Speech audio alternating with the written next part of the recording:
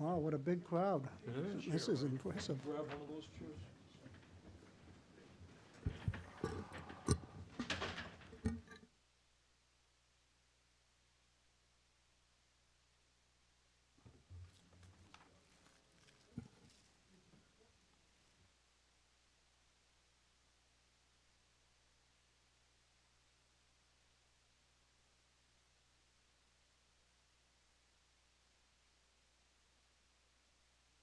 Down and stand up again, I just thought of that. Good evening, Danvers, and welcome to our October 18, 2022 Select Board hearing. Gardner, would you lead us in the pledge, please? Thank you. It's over here. Behind you. Thank you. I pledge allegiance to the flag of the United States of America and to the republic for which it stands, one nation, under God, indivisible, with liberty and justice for all. Thank you. Can we have an approval of the minutes of October 4th? So moved? Is there a second? Any discussion? Hearing none, all in favor? Aye. Aye, opposed, none. Thank you. Number 2 on the agenda is new public business. Anybody that has something to bring before the board that's not on the agenda. Going once, going twice, gone. Thank you. Number 3, a public hearing will be held under Chapter 138 of the General Laws on the application of Sonesta International Hotel Corp., DBA Sonesta Select Boston, Danvers, 275 Independence Way.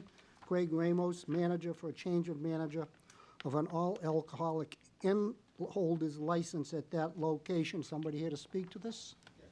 Please go to the microphone behind you, introduce yourself, and tell us what it is you want. Thank you. Craig Ramos. I'm the GM at the Sonesta Select in Danvers. I took over from the former GM, so looking to change the manager name to myself for the liquor license. Are the paperwork in order? Yes. Okay. We'll start with questions from Maureen. I'll let Gardner ask about tip certified and all that, everything's the same. I do see that on the last page. Thank you. Thank you for Okay, coming before Gardner? us. I see that you're going to be there 50 hours a week minimum, and I'm sure it'll be more. Are you currently an alternate on that license? I just started in June. Oh, this- okay. Yeah. And could you describe your experience in liquor service? General manager for several hotels going back to 1997. I was a liquor license for Spring Hill Suites in Peabody, Woburn Courtyard by Marriott, and then this hotel here. Okay, and did any of those, while you were the manager on the liquor license, have any, excuse me, ABCC or local town government infractions? We had a decoy that came to Spring Hill Suites in Peabody that failed to ask for ID, and I went to a court regarding that one. And what was the corporate resolution? What was your reaction or remediation? Retraining with the team.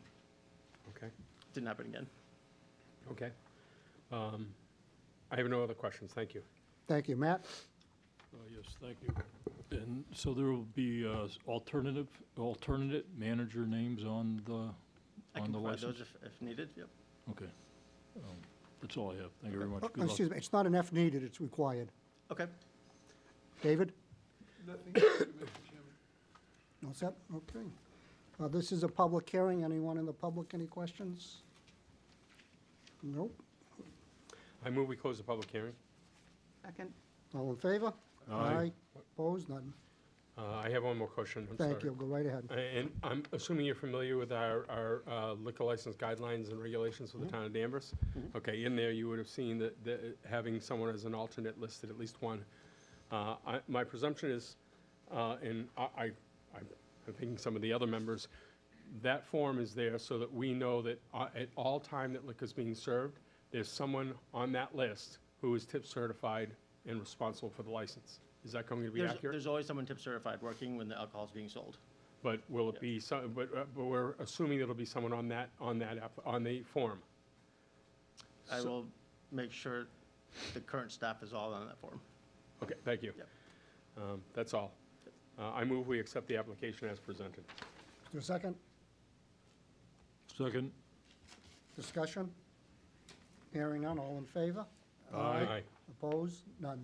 Thank you, good luck. Thank you. Number 4, a public hearing will be held under Chapter 138 of the General Laws on the application of Bernie and Bernie LLC DBA Pub 49, 49 Maple Street, Melissa Byrne, manager, for a change of manager of an all-alcoholic common viculars license at that location. Is somebody here to speak to this? Please go to the podium and introduce yourself for the public at home. Hi, I'm Melissa Byrne, and I'm looking to transfer the license into my name. Is the paperwork in order? The paperwork's in order. So, a couple of questions, if I may, before I go to the board. Is it true you've been without a manager since July 12th? July, yes. Is it also true that you were told on September 27th that smoking was not permitted outside in the outdoor dining area? Yes, we dismantled all the tables and chairs. We're no longer going to have outside seating. I'll go right to that. Last Friday, you had a table and chairs out there with smokers. We did. I wasn't aware of that. We Three did of them. We removed them. Was it during hours or, There's no, well, I don't know what that means. I wouldn't be there after hours. okay. We dismantled the tables, all gone. You were very lax this year with the smoking out there. Smoking was going on many days in the roped-off area. Now, that extension expires next March 2023. I'm not too sure what we'll do, but I wanted on the record that you were We don't plan on putting it back out. very good. Thank you. I'll turn it over to fellow board members. Matt? Yes, so when we approved that outdoor dining area, we did that with the thought that that would help improve your business. And from what I'm hearing from the chair, it sounds like it was used for a different purpose. Did you actually serve food outside at that? We did at serve those food, tables? yes. Okay.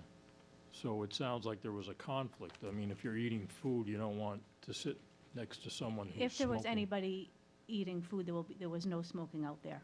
Okay. Absolutely not. All right. And another question, this is a family corporation, a family-owned business? It's burned, yes. Okay. And you'll have other, we asked the last applicant about alternate managers, so you'll have other Yes. family members on the license? Yes, my husband. I see. Okay. Well, Yep. I wish you success. Thank you. It's been a tough location, I think, the last few years, so Yep. we're sounds doing- like you're making a go of it. Done really great. Okay. Sounds good. That's all I have. Thank you. David? Nothing, thank you, Mr. Chairman, but it certainly has been, not you, because you weren't there, a very troublesome location. So when these items are brought up and noted, it kind of gives me the shudders, because we certainly don't want you going back to what was there before. Oh, it's been great. Okay. Nothing further. Thank you, Mr. Chairman. Maureen? I agree with the chair. Let's, keep it what we talked about. Let's start off going forward on the right foot. And you seem like you're correcting it already, so, No keep it issues. up. Thank you. Gardner? Thank you. Consistent to my other questions, I see that you are tip certified. Thank you for that. And you've been working at the location for how long? Since it opened, March of '21. Of 21, serving liquor. Yep. And have you previously been responsible for the purchase of liquor, for this, for the stocking of liquor and things of that nature? Oh, yeah, my husband and I. Mhm. Okay. I will say that, to the point that was raised by the select board members, I have eaten there outside. Some nice days, it's enjoyable. I can't speak to the smoking, I'm not a smoker, but I do know that they regularly use it for serving outside.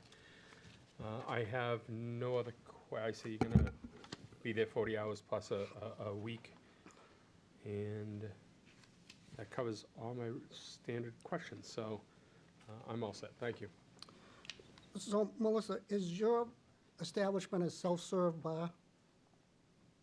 Self-serve bar? Self-serve bar. What do you mean by self-serve? Well, I saw somebody go back behind the bar, take 2 bottles of beer and go back out front on the table. A customer or? I don't know who they No, were. no, I wouldn't have any idea who they were. There would be no customers back there, absolutely not. It was a bartender or it was me. It was a male with a hat on backwards. That was my husband, Okay. So then he's allowed behind the bar? absolutely. Okay. You scared me. Well, there was, as a patron watching somebody walk in and not know who they are, and they grab 2 beers and go outside, from somebody in the public, it looks odd. He usually has a shirt on. Oh, he had a Pub shirt on. But it didn't identify him as any type of employee. So I don't know that that's a violation. It seems odd, that behavior in a restaurant, a bar. So he was on duty or off duty, I don't know, and I don't care to know, but, Yeah, you know, usually him and I are there. okay. Yeah, yeah. Okay, very good. Thank you. This is a public hearing. Anyone in the public, any questions? I move we close the public hearing. Is there a second? All in favor? Aye. What's the will of the board? I move we accept the application as presented. Second. Any comments, discussion? Hearing none, all in favor? Aye. No, 4 to 1. Thank you. Good Thank luck. you. The board will hear an overview on the strategic plan from Santee, the town consultant. And I understand we're getting a presentation from, it looks like Zoom, or is it some other platform? If I could introduce Nick Campion, our Assistant Recreation Director, who will introduce the team that's joining us remotely from Stantec, which is the firm that was selected to work with us on this process. Thank you. Good evening. I'm Nick Campion, the Assistant Recreation Director and the Project Manager, along with Jen Breaker on the strategic plan. As you know, Could you speak closer to the microphone, please? sorry. Thank you. As you know, conducting a strategic plan for the town of Danvers was a goal set out by the board to achieve, and I'm happy to report that Jen Breaker and I have jumped right in on this. We have worked hard to develop an RFP, seeking qualified consulting firms to perform the plan, reviewing the proposals, and interviewing qualified consultants before ultimately selecting a firm in Stantec. We've been working with Stantec for the past few months, gathering background data and guiding the direction of the plan. Not to steal any of Stantec's thunder, but Jen and I are both very excited at the prospects of really engaging with the community through this process in a variety of dynamic ways and developing a plan that will chart the town's future over the next decade. So, without further ado, I'll turn it over to Phil Chafing and Steve Carney here with us virtually tonight from Stantec. Welcome. Good evening, welcome. Steve, do you want to get us started here? Sure, and thank you, Phil, for bringing this up. We're excited to be here tonight, if virtual, and we know we have a limited amount of time, so if we may be going quick, but we want to save a few minutes, for the Q&A afterwards. So, just as a brief agenda for our presentation, I will do a quick introduction to our team, and Phil will go through the planning process, what to expect, and then I will finish it up with come back with public engagement, our approach, and the specific events. We want to plug them and make sure that, as many people as possible are aware of them, and then Phil can end it just with some of the next steps. So, as you can see, just on the next slide, our team, important piece here is Phil's photo should have been twice the size of mine. Phil is your person that you will be dealing with for the most part. He is the project manager. I'm the principal in charge. I lead the Boston group of the urban places folks within Stantec.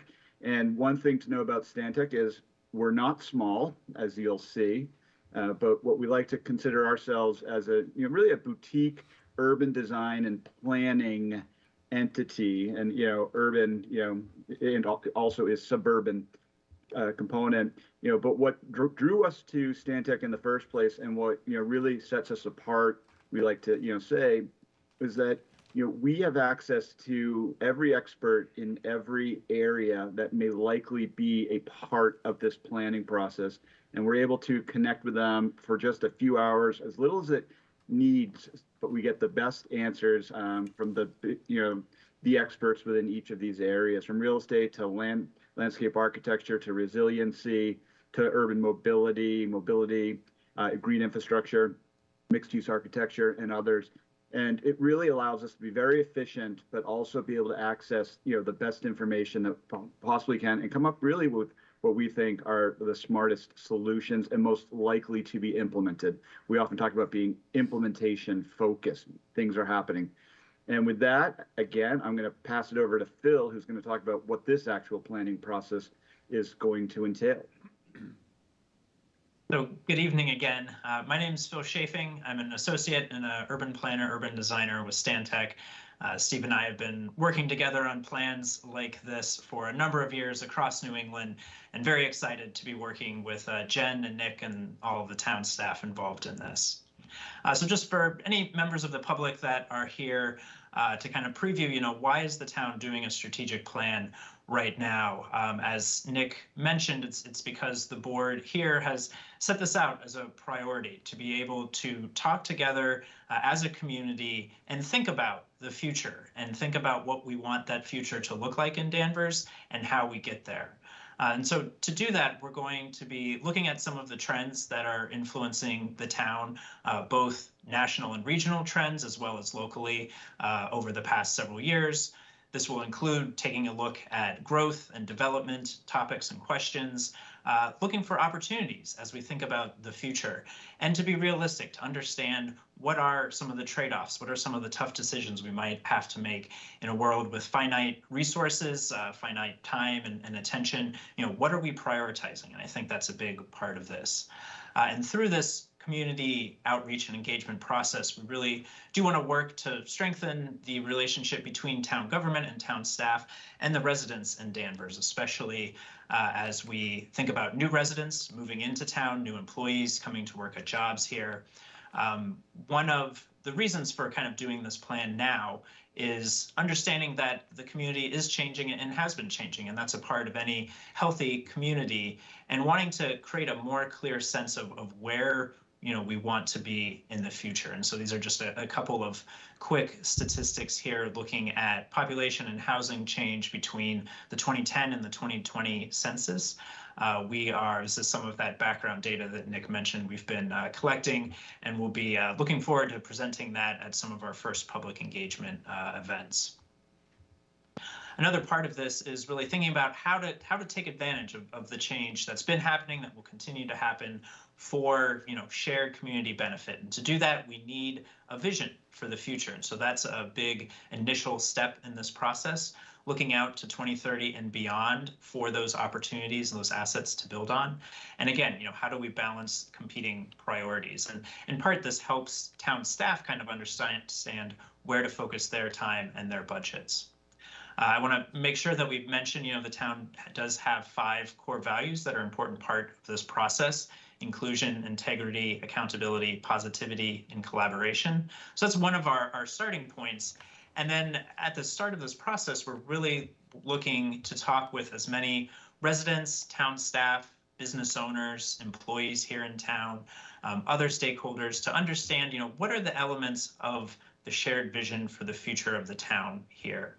That's a really important kind of foundational step in this process.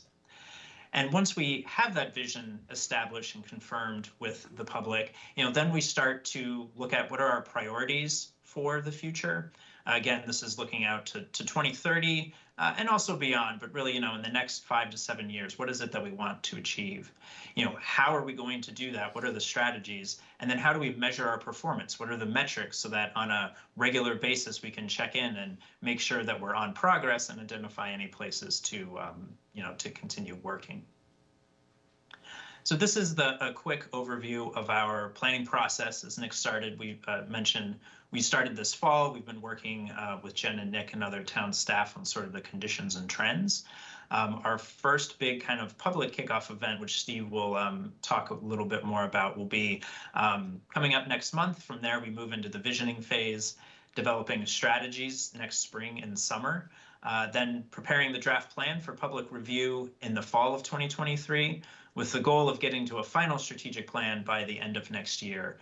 That plan then would be carried out over the next 5 to 7 years with regular check-ins on the implementation process. With that, I'll turn it over to Steve to just talk a little bit more about how we're looking forward to hearing from everyone who is a part of Danvers, has some connection to it. And we want to emphasize the community input is absolutely critical to all the work we do. It's what we consider the most important part, and frankly, what we are in our groups most passionate about. Just the simple slide here, but we need to listen. That's how we start. We learn. We want to share. We want to be able to bring back the information, add new information, help the community understand the implications, and understand bigger, larger trends, so that they really have the information and the understanding to really be at the table and making informed decisions. As they share and as we hear from them, we're constantly revising. I just want to say, more than anything, for the community members that say, we're not really being listened to, I can counter with almost every plan we've done where the community's input has clearly shaped the planning process. Next. Fun, interactive.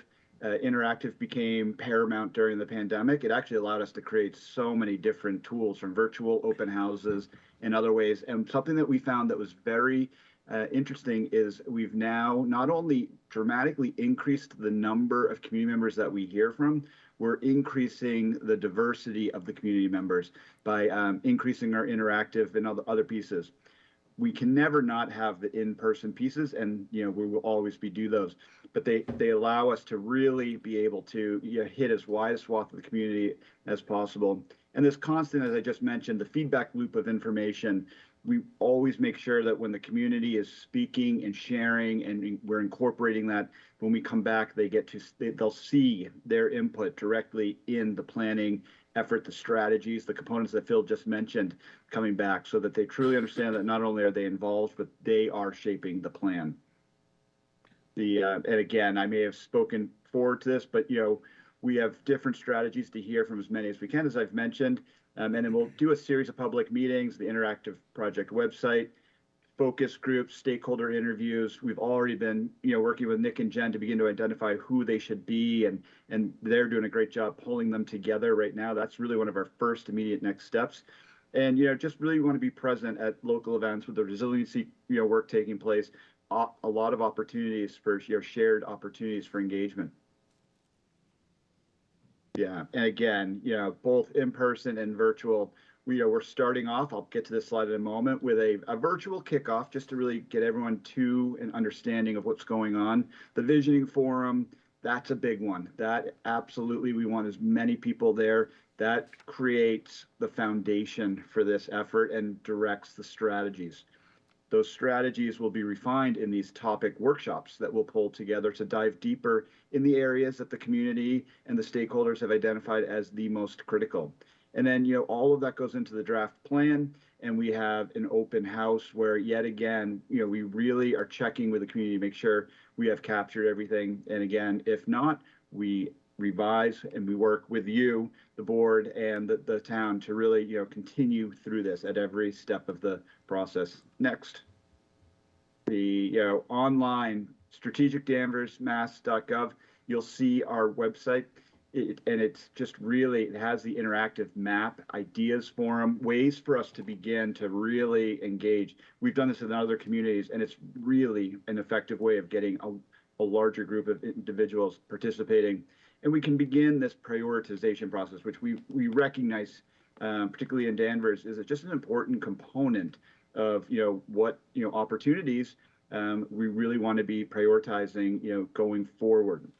And all the material we're creating, from the community events to draft documents and meeting summaries, all is available online. So everyone should and can have access to it. The focus groups, as I've already mentioned, we're developing these right now, and we will be pushing forward in the coming weeks. Meeting, this is just a sample of them. And, just to give a sense of where we're aiming for, high school students, multi-generational is just so important to us to get the different perspectives. And as you can see, the young professionals, each of these will meet in different locations, different venues, different ways of engagement, but really just to make sure that we're hearing from everyone and not just one group that comes to, that one public meeting. So we will be pushing out broadly. We've heard how important it is, and we understand that. And with that, I'm putting it back to Phil. We're at our 10 minutes, Phil, right now, so rush. So just to finish up, a plug for our first two big events. We are looking forward, very excited to be hosting a virtual kickoff, as Steve mentioned, on Wednesday, November 9th from 6 to 7 p.m. That will be on Zoom.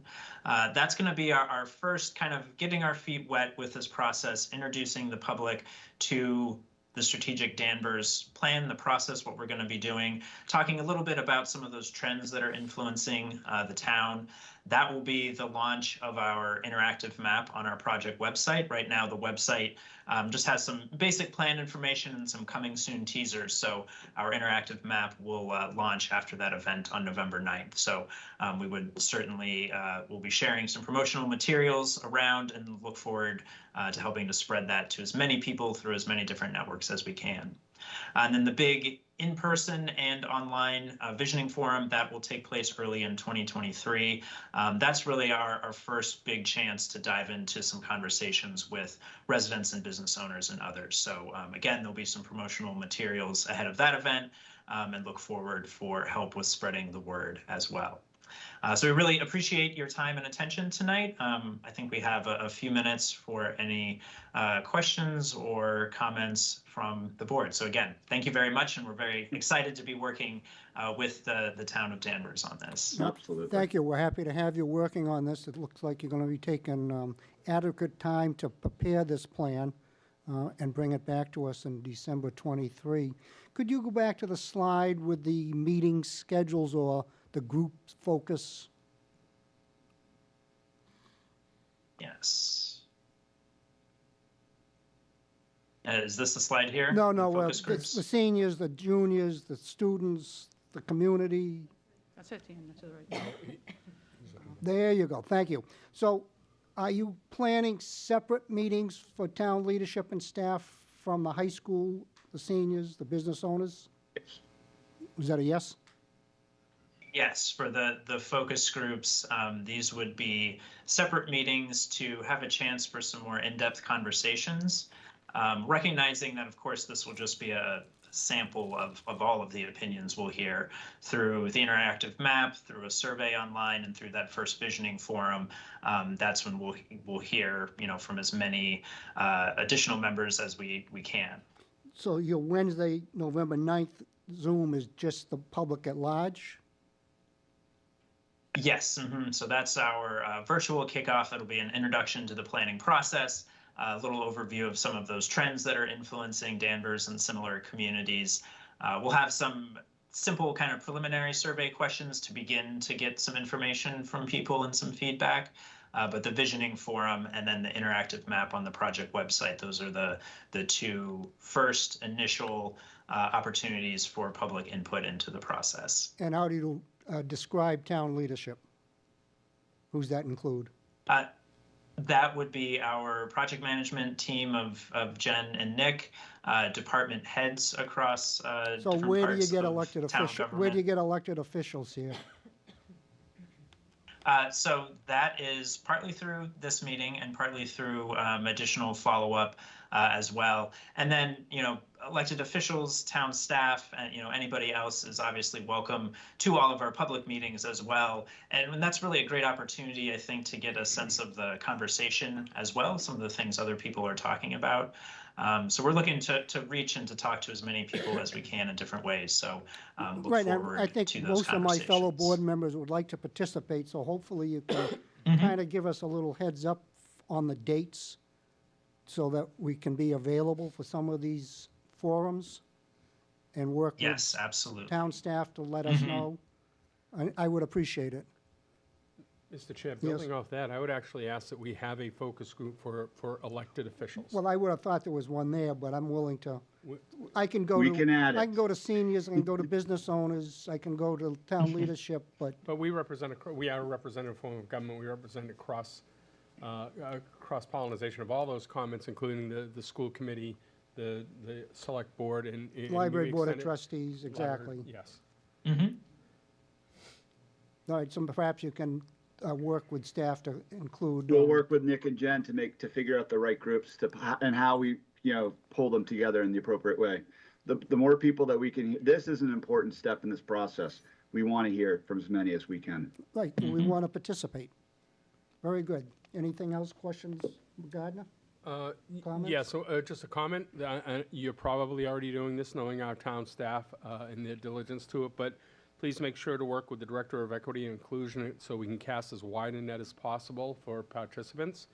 And I would actually suggest this might rise to the occasion of doing a reverse 911 call to let people know, sort of like I got one today about zero waste programs, and if the town management feels it's appropriate. I don't want to water down the use of reverse 911, but this seems like it might be an appropriate use. Thank you. Maureen? I like the fact of the focus groups, too. I think that's a key to this. So I'd like to be included in that, too. Thank you. Matt? Thank you, Mr. Chairman. So at the onset of your presentation, you mentioned that you're a large company. Do you have examples of other towns in the North Shore or in eastern Massachusetts where you've performed similar projects? Yes, we do, and would be happy to share. Eastern Massachusetts is probably a better term. I'd also like to add just a couple that we've done, just north of Massachusetts in Maine. Even some of the work, we should, this is a little bit different. We didn't get into this, and I don't want to create too much confusion, but, we're really looking, when we talk about a strategic plan, action-oriented, implementation-based, and we've done this in a number of communities. What we want to do is leave the community with some clear action items that can be implemented within this 5 to 7 year time frame that we're focused on, how it's done, who's responsible, and those start to work into the metrics. And we'd be happy, we could, Nick and Jen have some, but we'd be happy to send them over so that you can take a look at them. I think Jen can probably provide you some of that information offline, where they've worked, and the type of work that they do. I mean, this strategic planning is something that businesses do. Towns should be doing it on a iterative process. So that's fine. I'm just interested in knowing kind of what to expect at the end of the end of this exercise. Years-long exercise, and it's something that's it continues year after year. So maybe now we're looking at the next 10 years, but they recycle that. It's something that we should already be doing. And then just one other question about the funding. Is this solely funded by the town, or are there grants or other monies available from either the state or the federal government to do? You going to speak to that? Through the chair, please. Absolutely, happy to speak to that. We receive, I'm Nick Campion, the Assistant Recreation Director and Project Manager. Yep. We did receive a $150,000 grant to conduct this, and I think our contract with Stantec is covered within that. We do have some additional discretionary funding that was awarded through the town meeting, should we need it. So we are appropriately lined up. Okay, all right, thank you for that information. And Thank you, then Nick. just one final thought. It's very important to get input from cast a wide net throughout the town, right? To get all different, areas of the population involved. And we did that several years ago when we did the character-based zoning overlay for downtown and High Street. We had the planning department was very thorough with community involvement in this very room, inviting folks to workshops and allowing them to contribute their thoughts. That's very important. The worst thing you can do is just, you know, create a plan and just say, oh, here's our plan without real input. So that's a key, to have buy-in from everyone. So. Yeah, I know that they will be casting a very wide net, and I think if you get a chance to drill into the website, see if I can pull it back, right here. On this website, there's going to be a map that'll show you just exactly where people are participating as they engage online in some of the activities. So you'll be able to see across Danvers where you're getting that feedback from. So it'll be a very neat process. Okay. Well, it looks great, sounds good, and I'm looking forward to seeing the process unfold. Thank you. Thank you, Matt. David? Thank you, Mr. Chairman. Could we go back to the focus group where there is an enumeration of those to be included?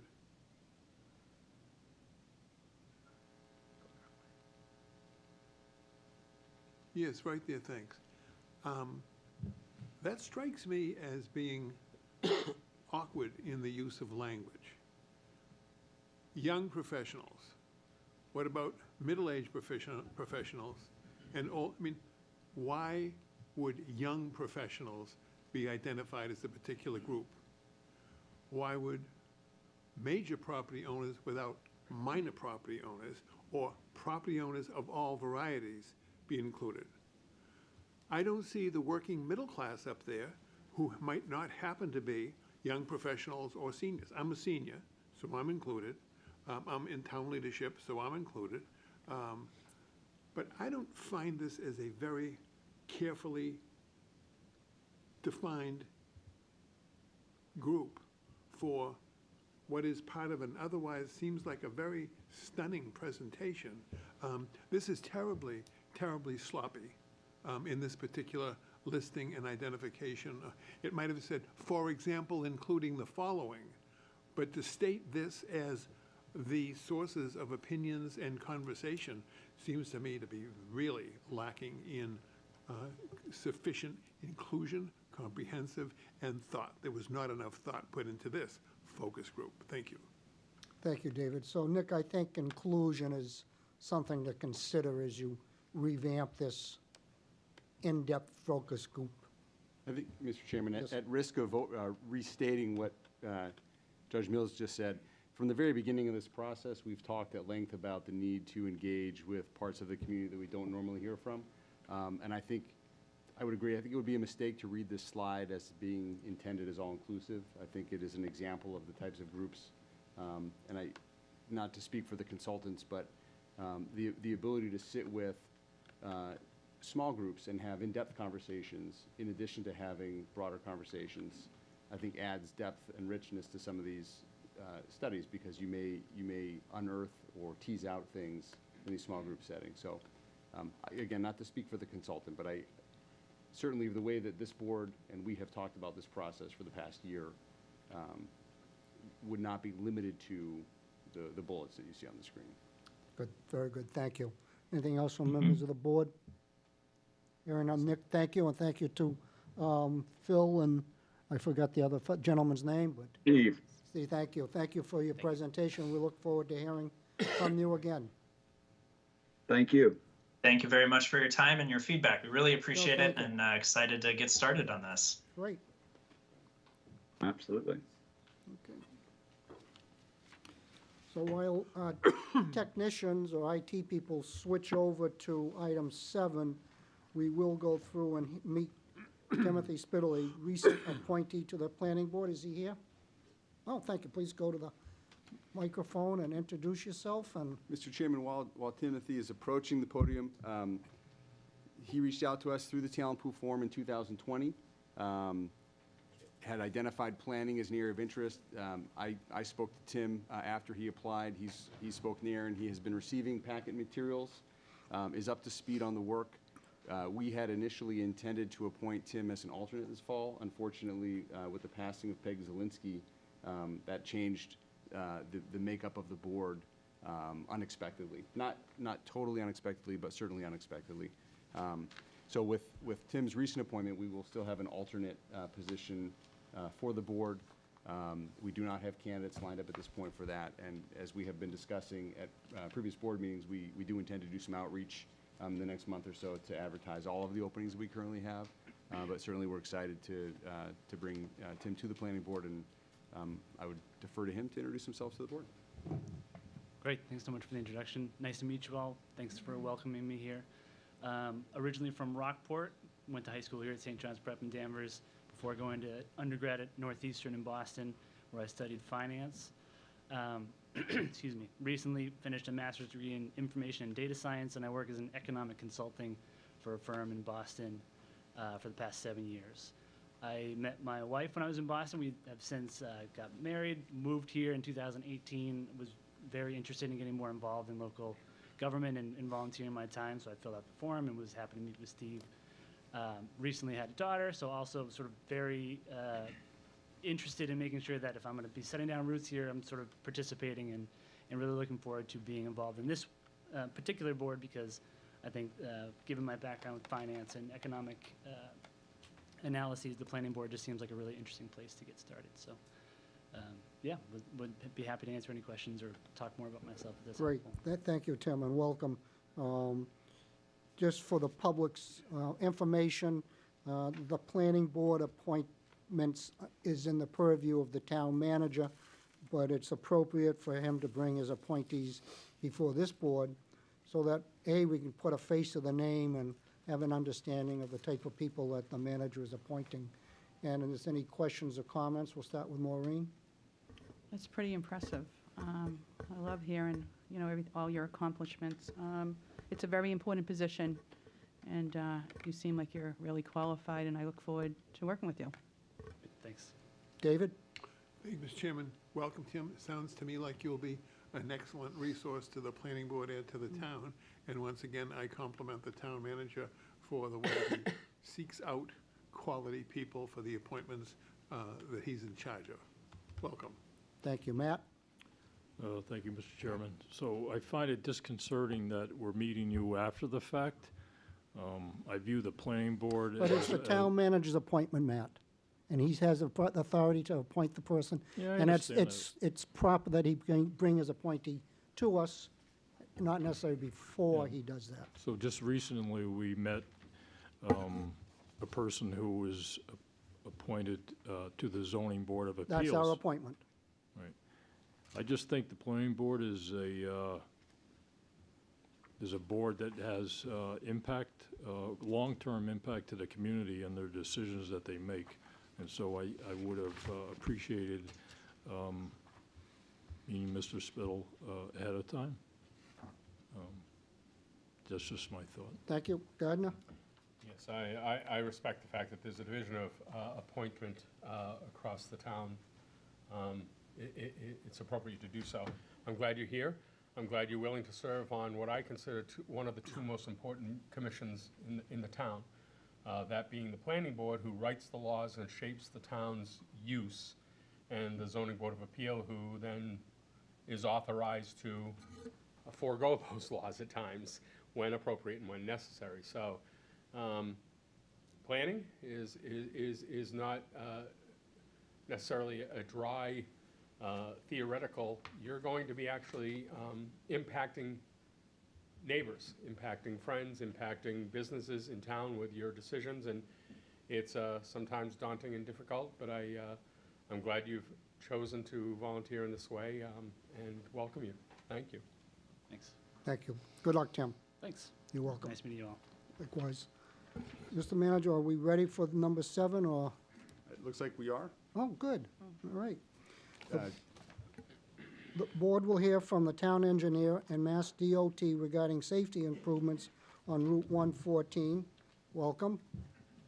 Good evening, Mr. Chairman and King, members of the welcome. board. My name is Stephen King, the town engineer for the Danvers Department of Public Works. Before you tonight to discuss some roadway safety improvements that we've been talking about for over the past year to make on Route 114, otherwise known as Andover Street in Danvers, Massachusetts.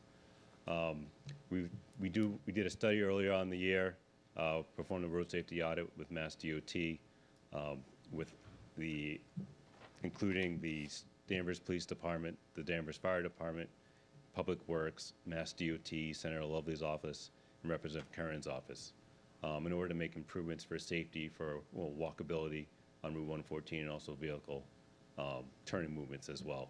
We know there's a high crash and incident rate on the highway, on the Mass State Roadway, and we're going to start implementing new safety improvements over the next following year, and wanted to discuss with the Select Board this evening those first tier improvements, which will be coming up in the next month or next weeks, and how we got to those improvements. So I wanted to introduce Lorenzo Ferrone from Mass DOT, who will be presenting basically how we started the road safety audit program, and then how we ended up with the tier improvements we're going to be making in the next couple of weeks. I could just cut in real quick. And also Michael Trainer from Mass DOT as well. I always make it a bit awkward. Good evening. Thank you so much for giving us the opportunity to come present before this board. We have been doing a great deal of work at Mass DOT. As Steve mentioned, I'm Michael Trepanier. I'm a senior program manager with our headquarters office, and I just want to acknowledge I'm joined here tonight by Brian Fallon and John Gregg. They are our respective district counterparts that oversee our project development and traffic and operations. And joining us virtually is Kayla Souza, another senior program manager who came down with a pretty bad cold, and she really wanted to be here. And I told her, I don't think that anyone wants you there. So you get to see her smiling face on screen. Kayla, I was going to give you a chance to give some remarks, but I'm taking your time. So we recognize that we have a lot to cover, and we've been doing a great deal of work. I want to also acknowledge Representative Walsh, who's here this evening, and his colleague, Representative Kearns, member of staff from Senator Lovely's office. We have been doing this in a very collaborative way in partnership with staff from both Town Danvers and the City of Peabody. I also want to acknowledge that this effort didn't just happen. This happened because of a great deal of grassroots, groundswell pressure on MassDOT to focus on Route 114 because of the dangerous nature of the corridor. So what we're going to present to you tonight, Lorenzo's going to run through a presentation of where we got started and where we're going, and the kinds of countermeasures we're proposing to start to address some of the problems that 114 experiences. But I do want to just credit the community and the elected officials who have really held MassDOT's feet to the fire. We have transportation improvements take a great deal of time, and I think that a lot of the members of the public lament that. Our elected officials lament that. A lot of words around 5 to 10 years get thrown around, and we're doing this, making small steps this fall and through the spring. That won't take years and years, but it really have been on the matter of many months and a single year. So with that, I'm going to turn it over to Lorenzo Verone, our civil engineer and assistant program manager, to walk you guys through the presentation. Okay. Welcome. Thank you for the introduction to the project, Michael. As he introduced me, I'm Lorenzo Verone, assistant program manager at MassDOT, transportation engineer by practice, and I was part of the design team for the Route 114 Safety Improvements Project in Danvers and Peabody, working with Kayla Souza, the project manager. A little overview of the agenda for tonight. I'll be walking through a little bit of background on the project, the existing conditions out on Route 114, our design development process, as well as the next steps for the project. So the project location, Route 114 is split by Danvers and Peabody, and the project itself is basically split into a western corridor and an eastern corridor, which were defined by 2 separate road safety audits, which were conducted on Route 114. The Danvers portion of the corridor was completely encompassed by the western corridor road safety audit. So the purpose and need behind the project, as everybody I'm sure knows, is there are a lot of crashes that occur out on Route 114, and a lot of them are injury crashes. And there were 4 fatal crashes during the study period of crash data that was gathered. And what we're looking to do is to improve safety in a targeted and tiered approach along the corridor, rather than waiting for a capital improvement project or a long-term roadway reconstruction project, years out. And we want to implement these safety improvements in a tiered approach, and improve safety on the corridor as quick as we can. This is a map depicting where the fatal crashes occurred along the corridor. We'll move into the existing conditions. So we had a robust traffic data collection process before we moved into design. We collected traffic volumes at intersections as well as daily volumes along the corridor. You can see that daily volumes range between about 36,000 and 41,000 vehicles per day, depending on the location.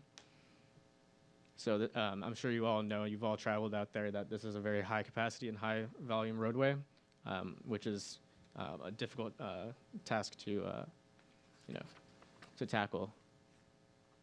Along with the traffic data collection also came speed data collection.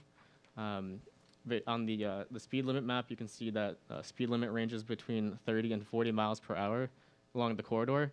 And traffic data that was collected indicated that the majority of people traveling on the roadway are speeding. I want to point out specifically the section that is 30 miles per hour between Sylvan Street and Mount Pleasant Street, where data showed that vehicles are traveling around 44 miles per hour. That's 15 miles over the speed limit, showing that the travel lanes out there and the distance between signals really encourages high-speed travel, which leads us into the existing cross-section that's out there. The majority of Route 114 is 2 travel lanes in each direction, as well as a center running 2-way left turn lane and a sidewalk on the north side of the roadway. This is just a typical cross-section on the corridor. I know there are also sections where you see 3 travel lanes in a direction.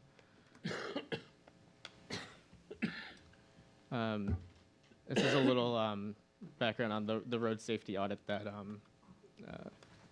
Stephen kind of introduced the process on, and this is some of the data that goes into it. So I want to walk into our design development for the project.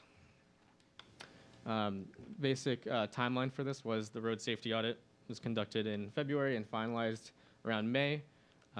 We went immediately into our data collection process for the project, and then once we had the data we needed, we began developing designs in late summer, early fall, and now we're rolling into the implementation of improvements this fall.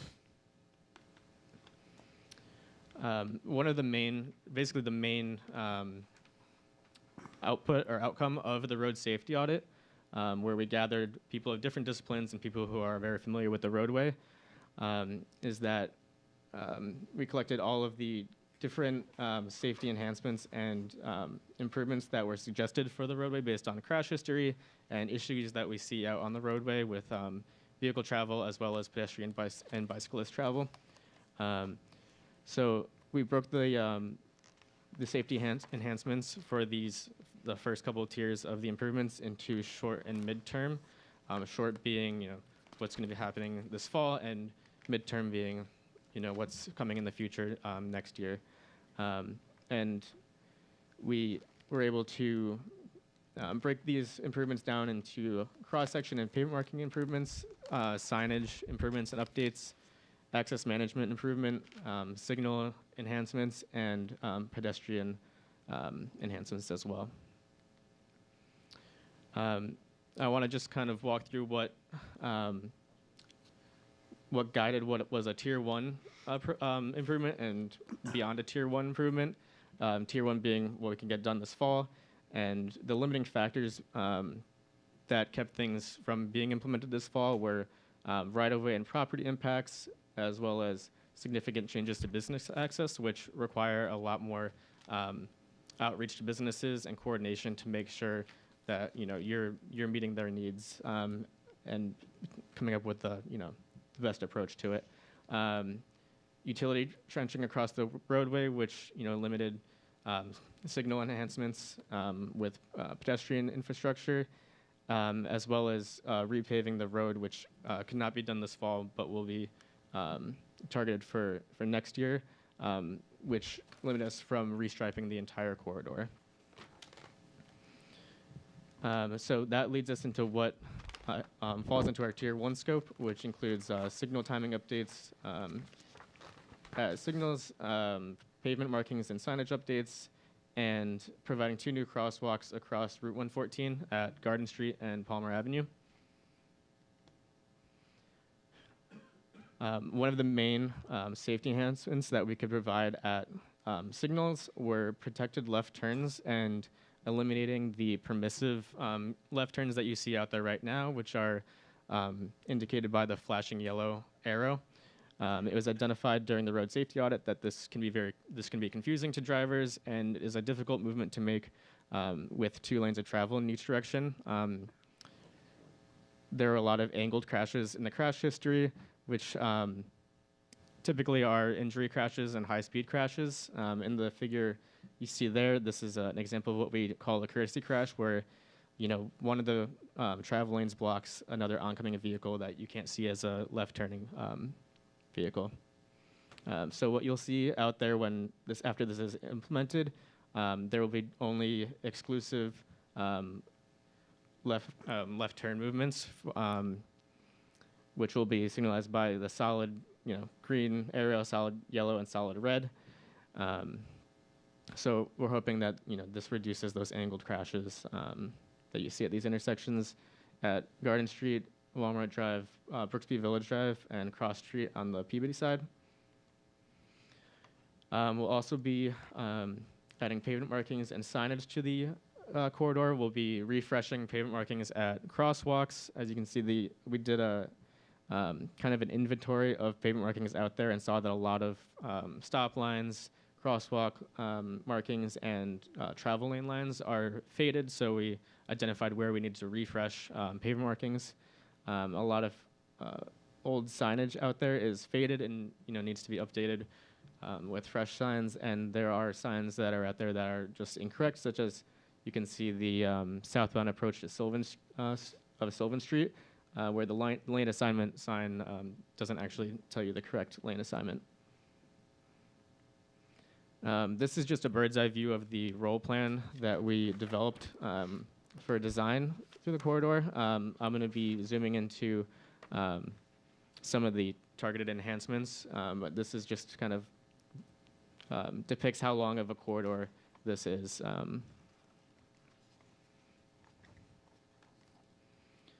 So another one of our safety enhancements that we're implementing on the western corridor is the removal of extra travel lanes where they're not needed for traffic operations. This just contributes to the roadway being larger than it has to be and higher speeds out there, as well as unnecessary weaving for traffic as you're approaching the 95 ramps, and unnecessary merges, people getting caught in the wrong travel lanes. And this was supported by the traffic data that we collected and the analysis that we did. So the locations of the removal of the extra travel lane to create a consistent kind of 2-lane cross-section in each direction are west of Garden Street to Avalon Bay Drive, as well as from MacArthur Boulevard in the eastbound direction to around the just east of the Trader Joe's Plaza. The additional crosswalks that we'll be adding at signals will be at Garden Street and Palmer Ave. We identified that there are very long stretches on Route 114 where pedestrians on the north side of the road have no means of accessing the south side of the road. So, where people will be landing at these crosswalks, we'll be constructing small sections of sidewalk with ADA ramps. And we think this will be a key connection for the neighborhood that's north of Palmer Ave, where MacArthur Boulevard is, and will give people access to the land uses on the south side where we can. And in the future, we hope to provide more crossings along Route 114. And one of the main features on Route 114 is the two-way left turn lane, which runs for pretty much the majority of the roadway. We had a few strategies to implement to kind of break this up where it's not needed.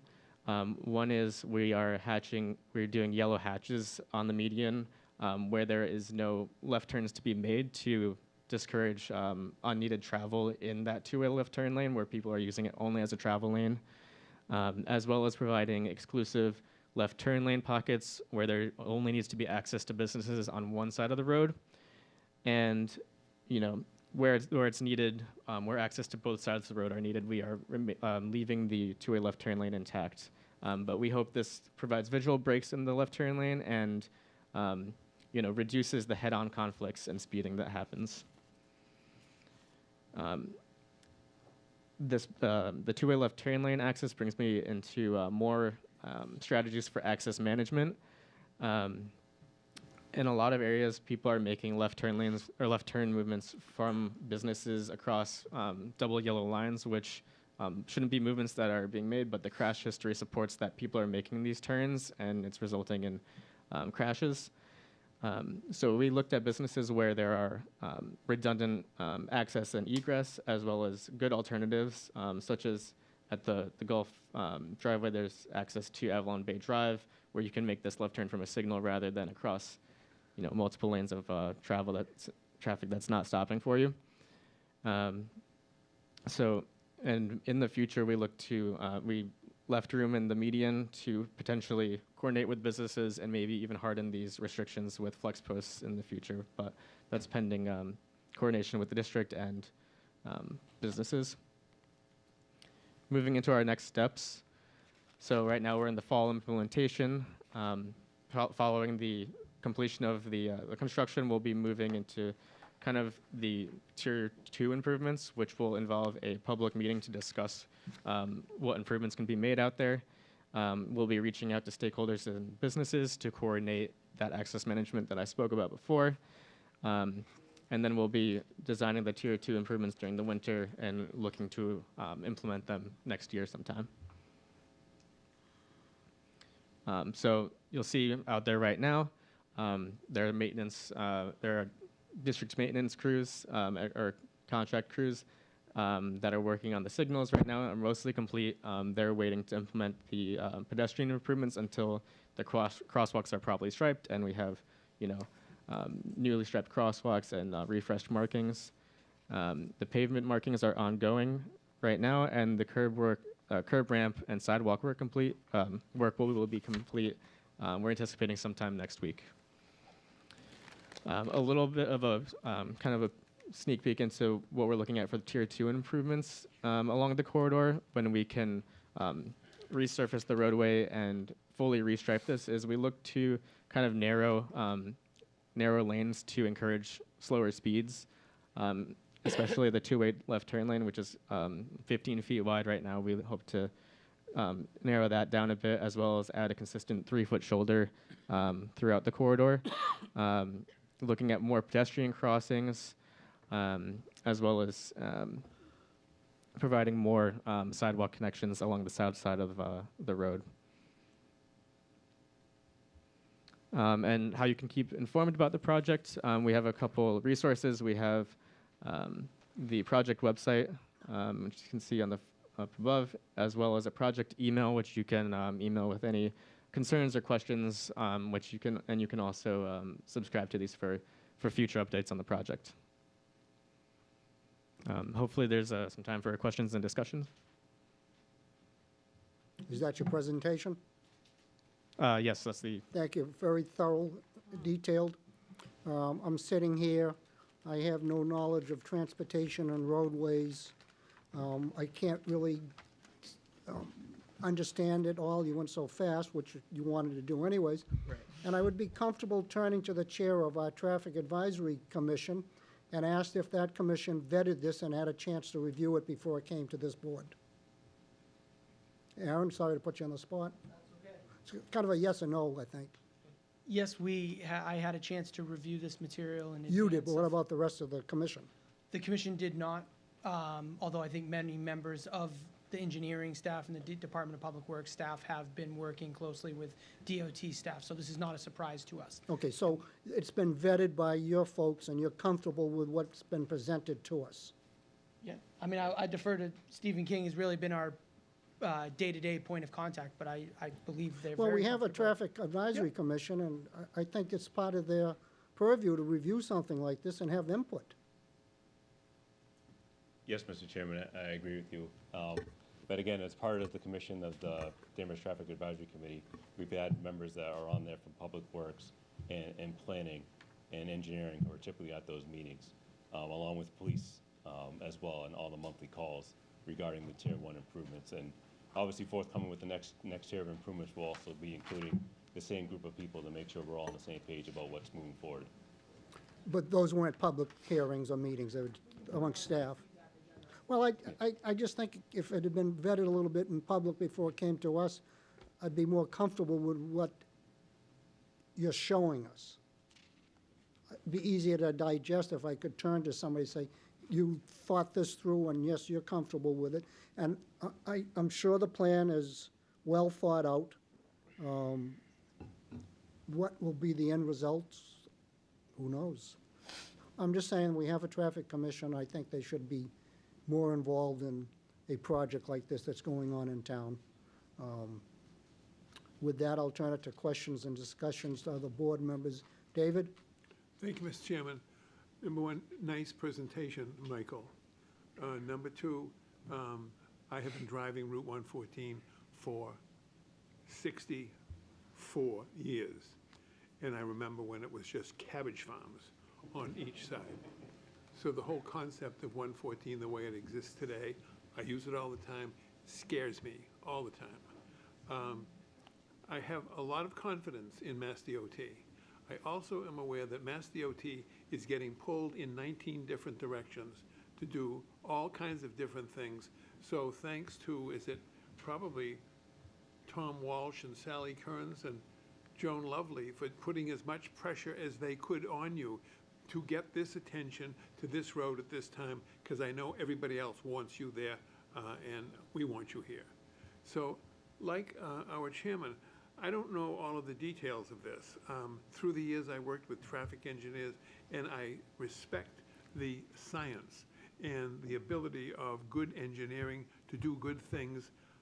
Still, I worry about this road, but it's there, and we have to deal with it, and businesses rely upon it. And one question I had, are there pedestrian crosswalks on 114? Yes. Wow. Just wondering, it just seems to me I wouldn't want anybody I know to be crossing 114 crosswalk or otherwise. There are a couple crosswalks at signalized intersections, and the ones that we're adding will only be at signalized intersections right now. Have we had accidents at those crosswalks with pedestrians being hit? I know one of the crashes in the crash reports involved a pedestrian crossing 114, as well as the traffic data that we collected indicated that people were being counted crossing the road at intersections. Okay, well, I also trust our Traffic Advisory Committee and our own professionals. I'm very, very, very pleased with the professionals that are working on this on behalf of the town. So all I can say is good luck. I don't understand it all, but I trust you. Thank you. Thank you, David. Matt? We thank you for that, by the way. Thank you. It's a pretty rare, sorry for the interruption, but it's pretty rare that when MassDOT is, we're told we trust you. So I'm marking this night in my calendar. When you're as old as I am, it's like Joe Biden. We can say anything, okay? Now forgive me. Thank It you. is very much appreciated as a long-term career bureaucrat. It's a very rare mark in the calendar. Matt? Oh, thank you. So this is a long time coming. There's portions of that highway, I'm gonna call it a highway for what it is. It's called Death Alley. And so I think the statistics kind of miss some of the crashes that occur that may not be reported. They may not show up in the metrics. But there's a couple of areas that I find disconcerting. One is the middle turn lane. And so people use that actually, I think, and you alluded to that, as a kind of an actual travel lane. And in other states, and I don't think this comes down to enforcement, but when you're in that lane, you're supposed to stop and then signal to move into the travel lane. You're not supposed to just, it's not an acceleration lane per se where you can just drive along and then cut over. That's not the purpose of that lane. I think the state law dictates that. So the fact that you're going to cross-hatch areas where there's no reason to be in that lane is a good thing. I'm concerned about the crosswalks. Crosswalks are often offer a false sense of security to pedestrians, and it actually exposes them to danger if they're not really paying attention. So can you just describe, for example, the crosswalk at Garden Street where the McDonald's is? Will there be like buttons where pedestrians can push the button and actually lock the intersection down so that they can cross safely? So we are upgrading the pedestrian enhancements and adding push buttons and signal heads at the crosswalks to give them that time. Believe at the time it's not an exclusive phase, but it runs concurrently with the same direction of traffic. Yeah, and you can think realistically that someone may want to cross the road. They may work on one side of the road and they may want to cross over to get something to eat or something. So that doesn't sound like something that most people would try to attempt. So if you could offer areas where that makes it possible, I think that's an important part of this project. What about the curb cuts? There seems to be an excessive number of curb cuts. Have you looked at that as possibly reducing those and reducing the reason to actually turn in front of traffic? That is definitely something that we're taking a look at, and it's going to be part of the winter coordination and the stronger outreach to businesses to coordinate those excessive curb cuts and see what we can do to address them. Okay. Could I just add that? So this isn't something I think Lorenzo would be comfortable saying, but I will. It was really interesting timing that before us was a new member of your planning board. And during the road safety audit process, one of the themes that came out of it was what we refer to as access management, what most people think of as curb cuts and driveways, contributing significantly to the crash history along this stretch of highway. One of the questions that was raised several times is more of a policy level question that is not really within our individual control, but certainly bureaucratically we need to solve, which is creating a process wherein Mass DOT's permitting process is not kicked in for existing curb cuts that are sort of grandfathered. And when a business turns over and land use changes occur, there's no need to necessarily come to us if it's within a similar sort of use for that site. Or if they're just taking advantage of a side street that you can sort of permit locally. And we identified this as a major bureaucratic administrative gap because we cannot just go close them as a matter of due course in this more immediate term. We do this. We consolidate and improve access management for major roadway reconstruction projects. A really interesting example would be down in southeastern Mass, where we have Route 28 in Wareham being reconstructed with a very similar sort of intervention with medianization and access management. that was a 30-year project that probably cost $40 million or something. We don't want to wait to get that far, but we can certainly negotiate with key property owners and key locations to start to reduce where those crashes are really clustered. In the figure that Lorenzo had on screen earlier, that was a really big cluster. And what we can do, rather than having to close curb cuts or impact small businesses, we can start to do things that sort of encourage other movements that are safer, maybe slightly less comfortable or convenient for a driver, but reinforce that, hey, don't do this. You're taking your life in your hands. Just go over there and wait 30 seconds at the light. So those are the kinds of interventions we're going to be looking at. One point Lorenzo left off was that not only are we concerned with changing access management for businesses in their driveways, but also that winter snow and ice operations doesn't mix so well with plastic in the middle of a roadway. So we want to, see how these paint changes. Frankly, we recognize it's paint. It's discouraging certain types of behavior.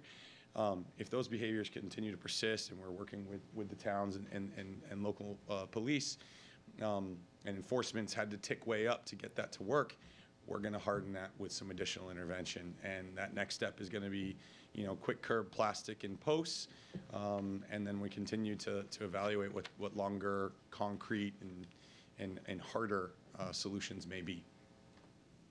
Sorry, I'm a little long-winded when I get on a roll. Oh, that was good. Thanks for that description and explanation.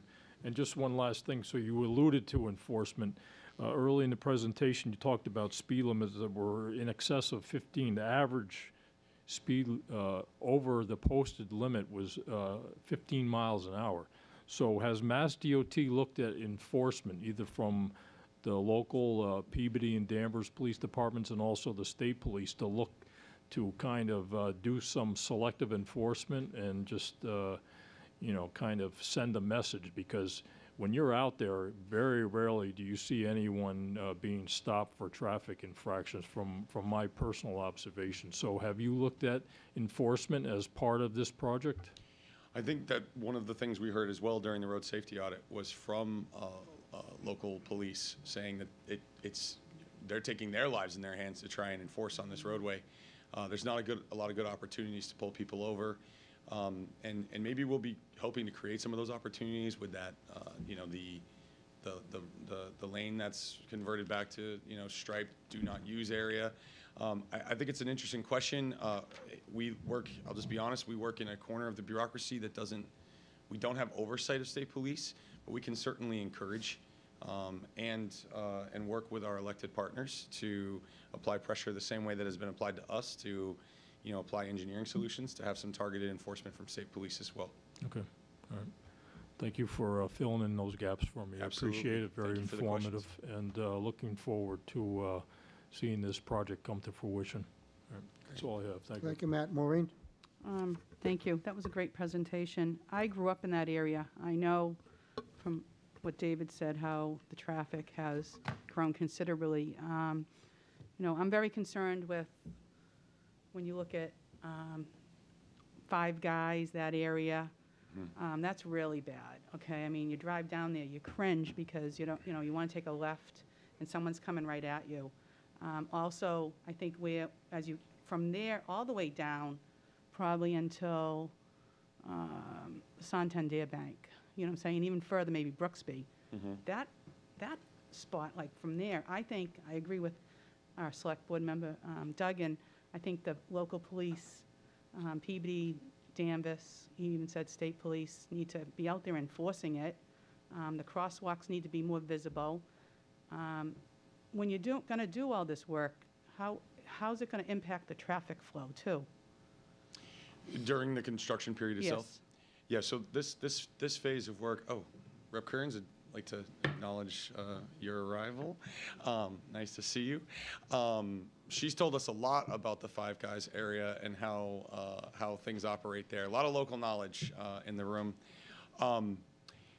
This phase during fall is going to be pretty quick in terms of the night work and the sort of impact that folks will feel. It'll be minimal. Next spring, summer, as we're doing the micro resurfacing, it'll look more like, a standard maintenance project. But, I think we're really good at doing traffic management, and I don't think it's going to be anything more than a sort of standard construction level impact. We're not going to have major lane closures. We're not doing anything, that lasts very long.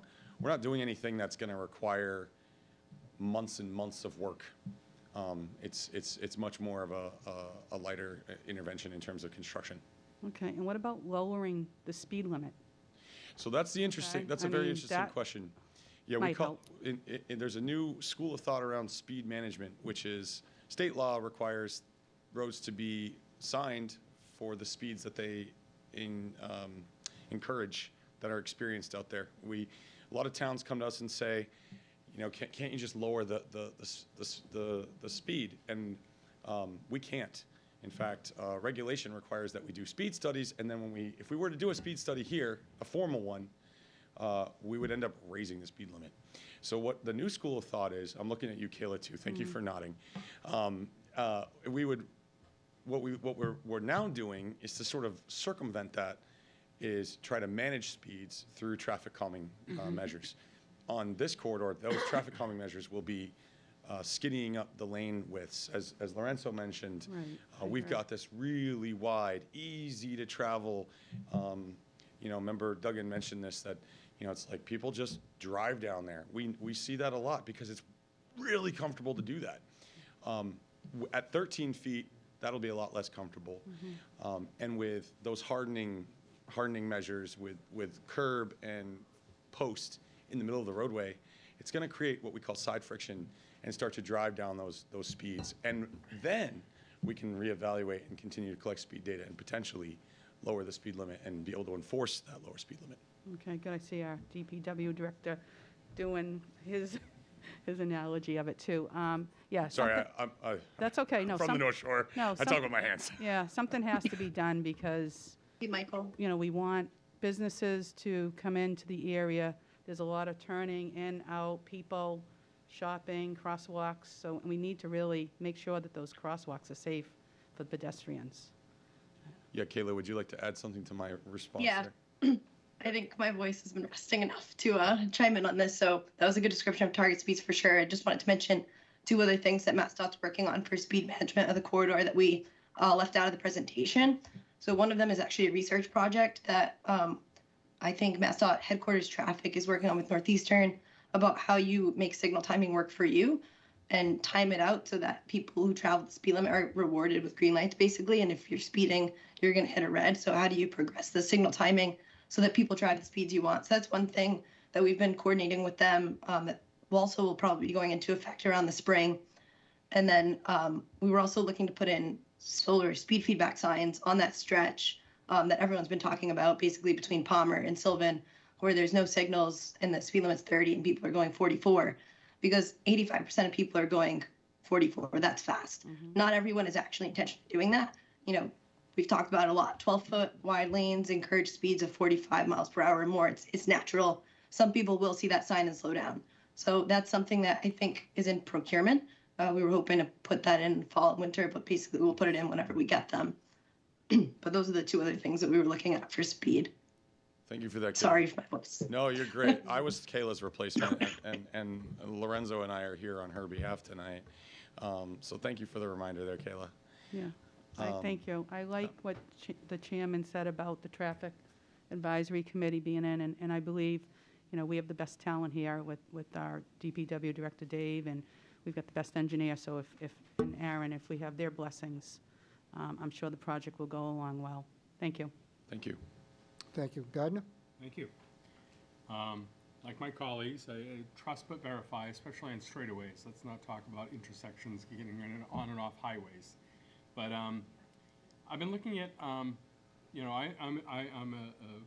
IT professional, and it's solved the problem, and it solved the 80-20 rule. It's solved the 80%. So when you did the study on the traffic, on the accidents, I'm wondering how that stacked up. As far as, what were the reasons for the crashes? Were the number of crashes straight-on crashes, someone rear-ending someone? Were there You know, and I don't know, I'm asking because my observations are anecdotal. I don't have the data you have, and I'm certainly not suggesting you hadn't thought a lot about these things, and I'm sure when you did, there were reasons to go in one direction or the other. But, you know, was it merging on or off the highway, getting on or off 114, either to the right, going by turning right, or going left, or crossing over? I'm getting off the 114 and I cross over. So I would think that understanding that granularity would help you in your decision-making. Absolutely. And what was the preponderance of the crashes? Were they straight on? Were they getting on or getting off the highway, and were they crossover? Oh, they were all the above. So this side, as we've dubbed it, the western corridor, from the Route 1 95 interchanges, LeBlanc Drive, all the way back to Sylvan. So, you know, majority Danvers section. That, in just 3 years, you know, I know there here in locally, there's been a lot of data that's been put out there, thousands and thousands of crashes. That is over a much longer period of time. Our audit process requires that we look at 3 years of data, trying to be most current, but never actually right up to the year, because we have to wait for the registry to close. That's all available. I'll just say, I'll plug the audit. You can go on our website and download the report. You can look at the crash diagrams yourself. You can see those types, but it was all of the above. There are clusters of crashes at all of the ramp terminals. There are clusters of crashes at every signalized intersection. There are clusters of crashes with people crossing over at major driveways that you expect to have high turnover. You know, places like gas stations and fast food and liquor stores, where people are making those moves and taking the risk. All of those sorts of things are the reason why we start with a road safety audit. Pull the crashes, and I mean, I'll admit, we don't run the road safety audit. I attended it with Steve and Aaron and others in the room. It's run by our safety professionals. They QA/QC everything. They dig into the details, and it's all about classifying those in those different types of crashes: rear ends, angles, and side swipes, and then understanding, you know, where is it happening. That's systemic. It's a day-long event, these road safety audits. It's not just something we do on paper. You look at where they're happening. You talk about why they're happening as a group. You go out and you walk and look at what's happening and observe in real time the operations in a project area, and then you come back to your meeting room and you talk about what could we do to fix it. That long list that Lorenzo had shown with the various categories, those are as a result of that group's brainstorming. And it's very specific to each location. This slide is not specific, but you can see. Thank you, Steve. You can see an excerpt right here. This is a crash diagram in the top left corner of the screen. And in the legend, you can see the symbols that indicate how the crashes are occurring, what they're resulting in, like in terms of severity, whether it's, if there's just a number, it's a property damage only crash, what a lot of people refer to as a fender bender. If there's a circle around it, it's an injury, which likely meant that someone went to a hospital, and there was emergency services called, and a fatal, which again there were several on this corridor. When you start to really learn to read these things, as I frankly can't believe I have, I was not a traffic engineer 4 years ago. You can start to interpret what's happening, and what you'll see a lot in certain places like this one are a lot of the angle crashes occurring in that center turn lane, just as you acknowledged earlier, Member Bernard, around Five Guys, that there's some hectic things going on. The crash record shows us that, and is why we take the time. I mean, these take months to go through, to get the data, to go through the audit process, to corral all those folks into a room, and then to prepare the report very thoughtfully. And this is just the first step. Then we start to look at what Kayla and Lorenzo have done, which is proposing those countermeasures very thoughtfully and trying to sort of use a crystal ball, if you will, to envision how that countermeasure is going to alter behavior and reduce that opportunity for those crashes to occur, especially with a particular focus on those more severe or injurious crashes, and in particular, systemically, the fatalities. So I can see this and I appreciate it, but I'm just looking for the kind of the weighted method, cause crossovers, things indicated here. Oh, Because I would think that would guide, because, again, back to the 80-20, I'm not sure how much pedestrian traffic is on that road, and maybe there's quite a bit. Anecdotally, I wouldn't think there would be. I don't know if that's the nature of it's not easy to be a pedestrian on that road, or the pedestrians don't necessarily travel on that road. Right. And it could be one or the other. To me, it's anecdotal. I understand. So, doing multiple crosswalks may be a great safety measure for a very small number of people. I don't know. But does the DOT have any thresholds or thoughts on, at a certain point of volume, when a highway should become divided or should be right on only? Where okay, Route 1, when it was first implemented, didn't have a fence all the way down it. Not exactly At the some best point, example. Okay, but at some point, highways that are now divided, and in that case by a fence, weren't. Right. What threshold of volume, of traffic volume, should there be considered that it's a right-on only? So if you leave any establishment, you got to go right. If you leave any side street, you got to go right. Because I can tell you, I've left Canes and I've watched people try to go left out of Canes, and it's a zoo. We'll talk about the Five Guys in a second. That's a completely unique thing. But anybody who's trying to come out of one side and left over, it creates a tremendous traffic havoc. Is there any thought to making it a right only or a divided highway at some point with appropriate left lane cuts? Sure. Well, I want to just address the 80-20 point, because I think I finally, it kind of clicked in my head. Honestly, if you were to look at the majority of the crashes here, they're probably property damage only crashes. If we were to try and address all of those, they're lower value, if you will, in terms of trying to mitigate those. They're not causing as much social harm, and certainly not as much injury or loss of life. That's part of the reason why prioritizing things like crosswalks are on the list today, because those are the most vulnerable users in the system. In terms of, Kayla, go ahead. Sorry, I forget that you're there. That's okay. It's just kind of building off what you said, but I feel like what the counselor wants is maybe some statistics and trends, and I have the benefit of being home today, even though I didn't want to be. So just to give you some of those, it's not super common for the main type of collision to be angled, but on this corridor it was. So if you open up the road safety audit, when you go home, you go to the website, it's one of the attachments. There's all these charts at the end of the audit that summarize all the data. So as Michael mentioned, somebody went through and mapped out 285 crashes after reading 285 police reports, but then they condensed it into trends. So the trends of this road are really the angled crashes are most predominant at 44%. Rear end is 41, which makes sense usually when there's a lot of signals and turning on and off. To compare that to the Peabody side, they had like 80% or something like that rear end. So much less having to do with angle crashes and left turns. Because of that, we actually have 35% of our crashes ending in a non-fatal injury, which is pretty high. And that definitely has to do with the type of crash being angled and the speeds that we've talked about.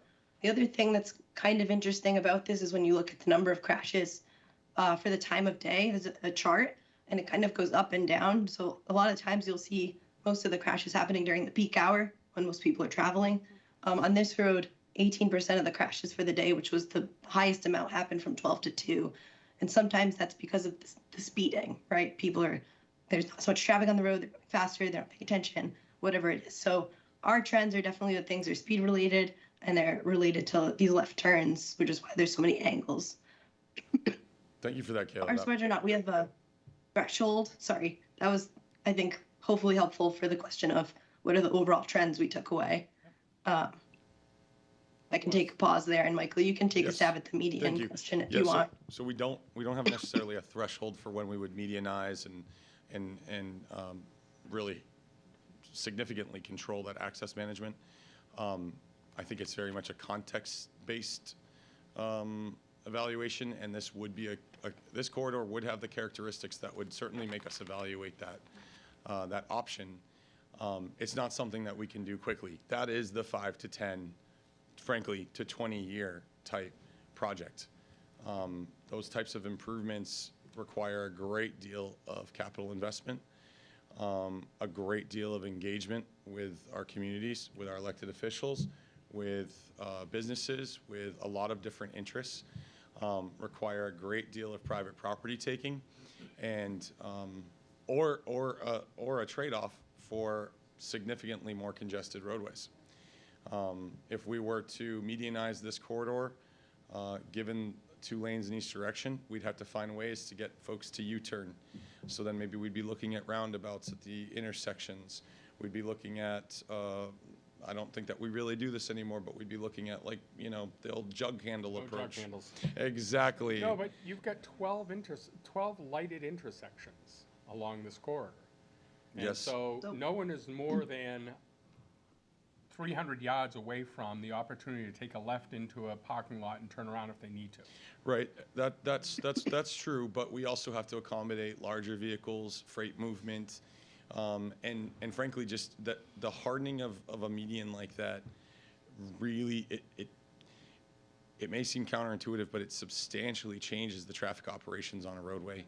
Most of those vehicles that we now can accommodate easily by taking lefts through the center turn or at intersections would be directed to each of those 12 signalized intersections. All that volume requires a great deal of time to process and space.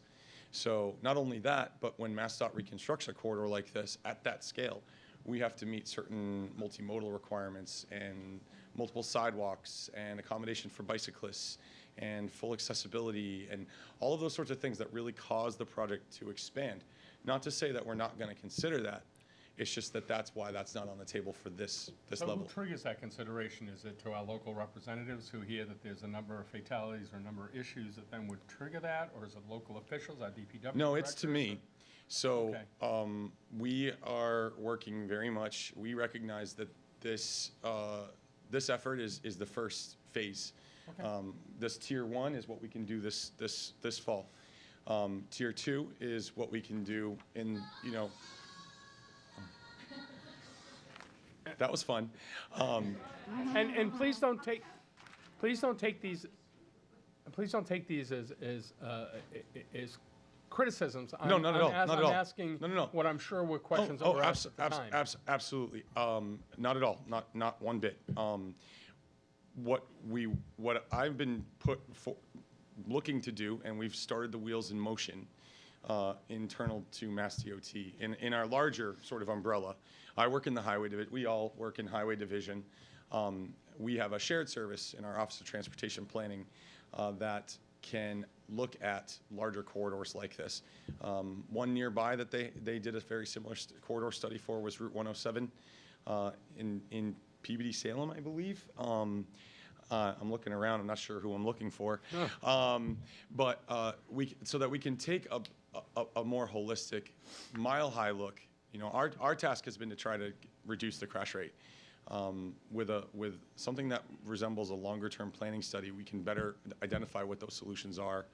You know, rather than, you know, picking countermeasures like concrete medians and roundabouts out of a bucket, we can go through a more robust process to better understand what the needs of the corridor are. And especially, again, it was a really great night to be here. I'm heartened to see that the town is undergoing a strategic plan, because that strategic plan is going to inform some, you know, potentially, it's going to be up to the process, but may inform potential land use changes and master plan changes and zoning changes perhaps that would impact what the transportation demand is on 114 and what those needs are for the next generation.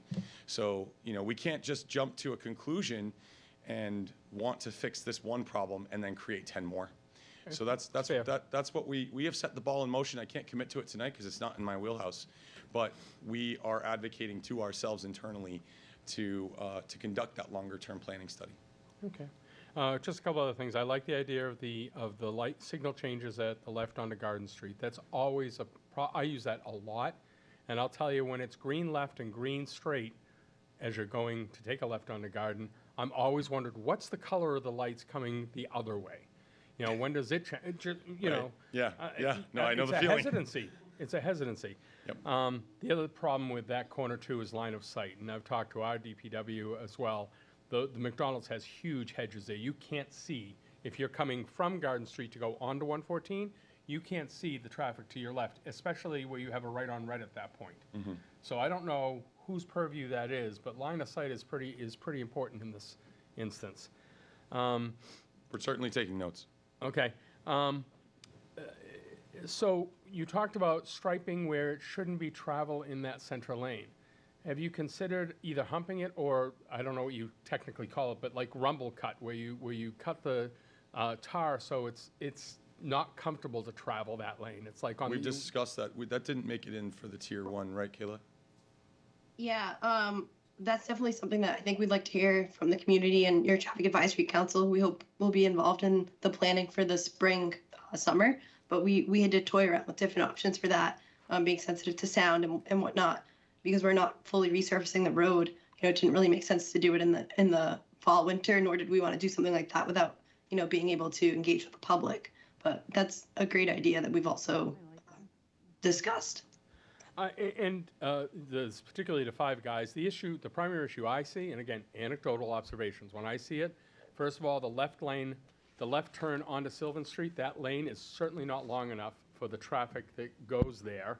And what causes that happens is it causes a queuing in the left travel lane of the two, and people come right up on top of people.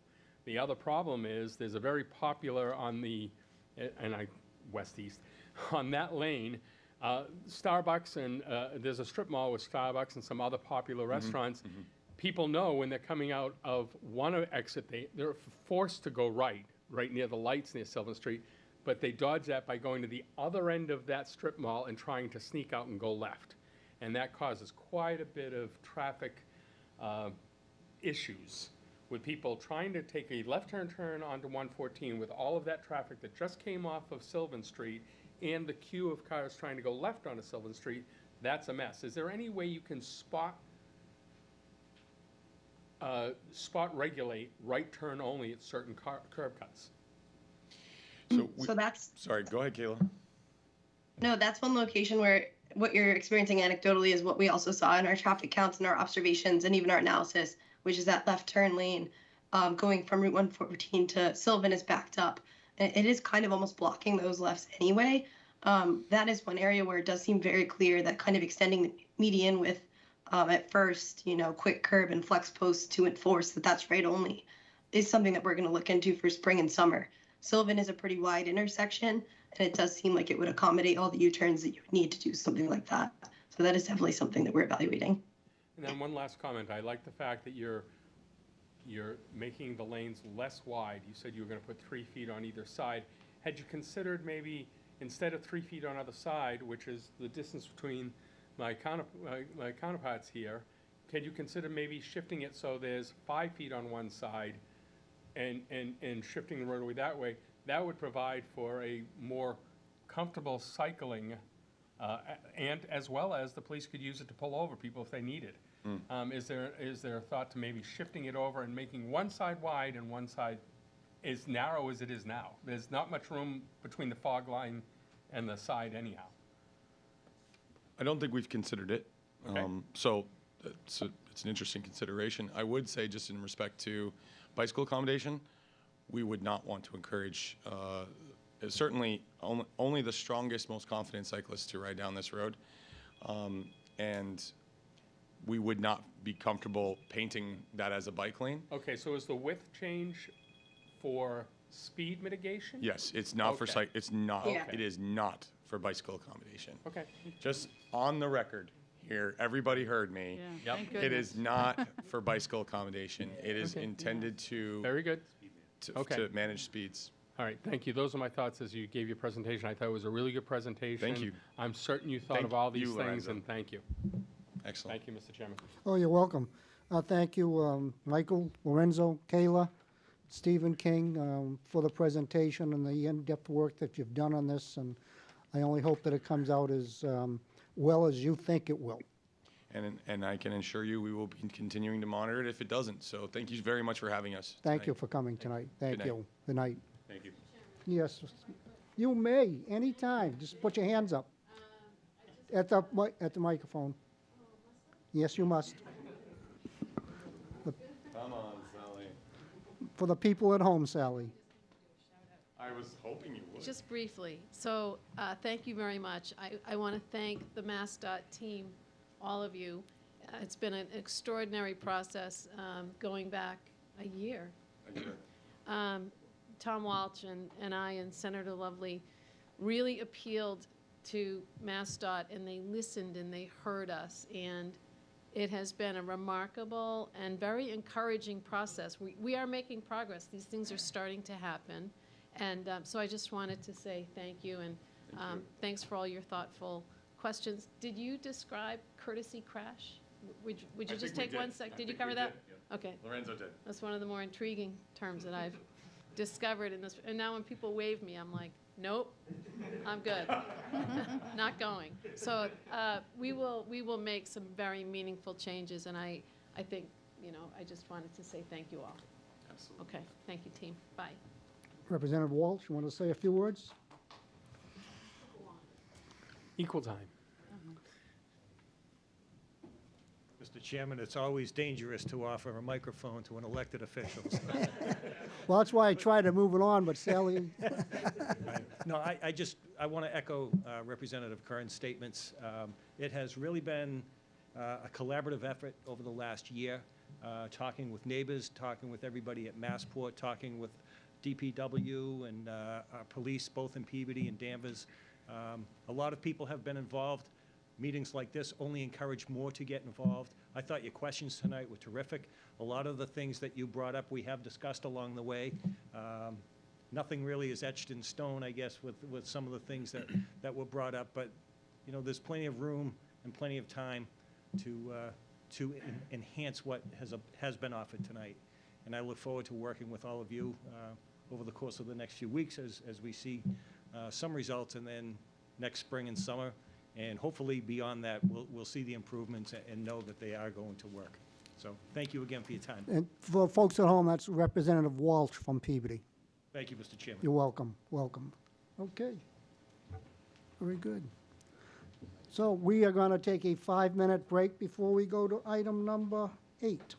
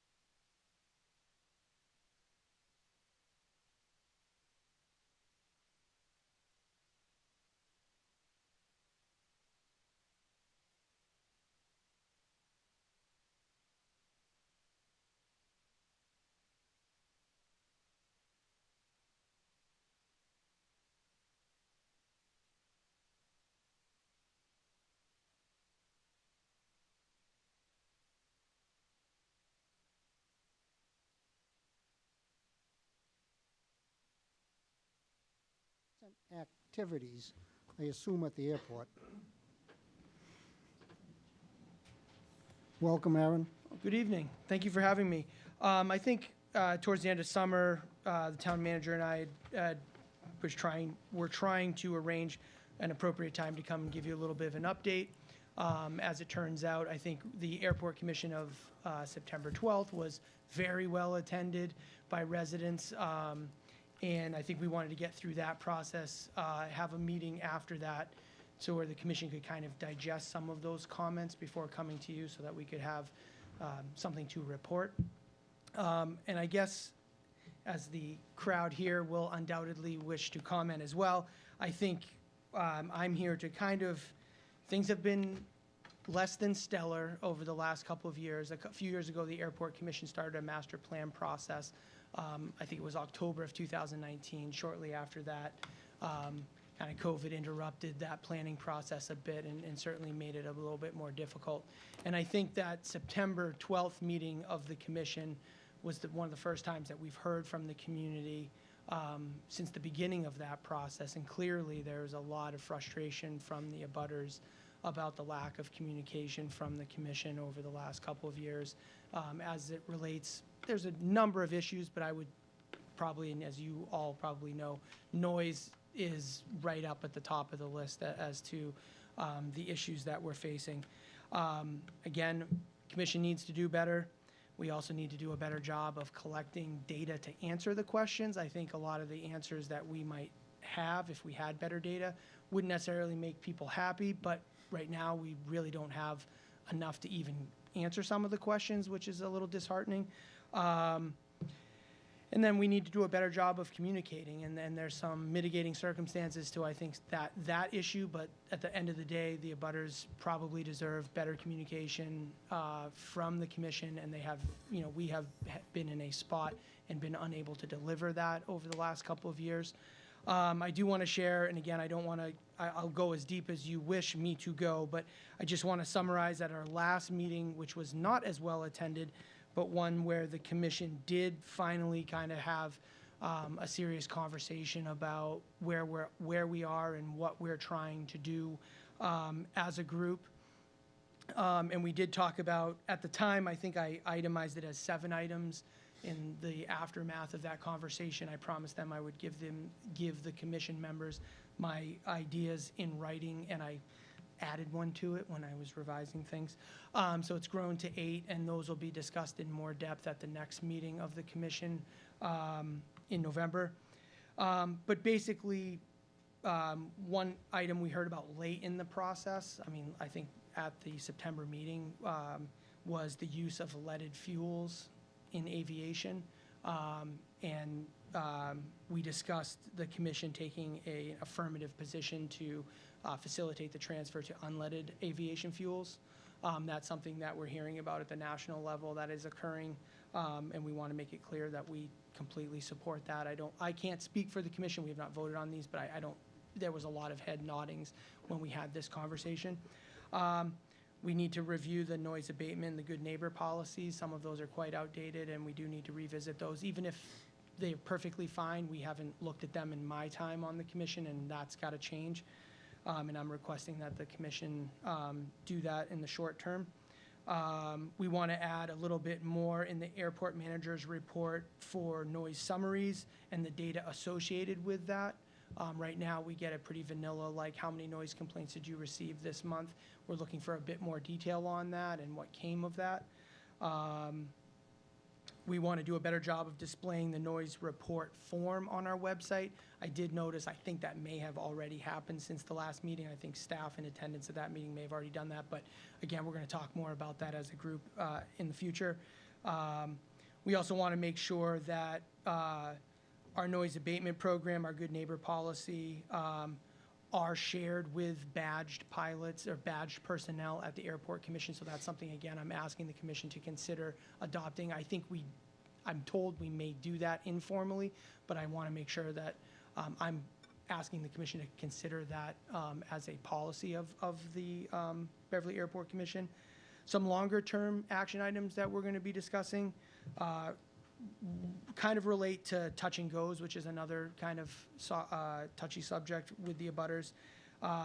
Try to better understand the routes that are used for touch and goes, and the runway usage for those, and why it happens a certain way. And again, those are, I suspect the answers to some of those questions will not satisfy everybody, but right now we can only stare at people and defer to the tower and its operations on guidance to pilots, and we need to do a better job of understanding why things happen in a certain way on the field in day-to-day operations. One of my more ambitious requests for the commission to consider is having the airport manager conduct quarterly noise meetings. We did during the planning process, the master planning process, run a noise group in parallel with the planning process. And I think that I referenced the September 12th meeting earlier this year. I think that process kind of came to its end, and probably with a great deal of frustration. And I think we need to do a better job of incorporating that process into our standard operations. So I think I'm asking that we consider a quarterly meeting for that venue, and that we rotate a commissioner through that, so that regularly a commissioner is hearing from the abutters on what those issues are that they're facing. And then finally, and again, I can't deliver this, but I'm proposing that the commission discuss that in the upcoming fiscal '24 budget, that we add a position to the management team to help us with focus on noise abatement and noise complaints, to kind of help better manage external relations. Again, that's a budget process, and I can't make that promise, but I have asked the commission to consider that going forward. So it's kind of a short version of the last 24 months, and I know you have a lot of residents here that have a lot of feelings about it and probably want to share their experiences. I run the meeting. Thank you, Aaron. Yep, but I just want to make sure if you have any questions, I'm happy to answer them. That's it. So my comment is, listening to you, you have a number of areas, 6 of them are related to noise. So obviously, that's the big problem. And anecdotally, this afternoon, I was trying to read a book between 4:15 and 4:30, and all of a sudden, every 2 minutes, a plane went over my house. It went over the flagpole downtown for 4:20 to 4:40. So I don't think that was touch and goes. He's going over the flagpole every 2 minutes. That's touch and goes. That's touch and goes. Shh. I'll ask for questions when I'm ready. So I just point that out, that happened today. So I don't get that every day, but I might get it 2-3 days a week. Sunday, today was Tuesday.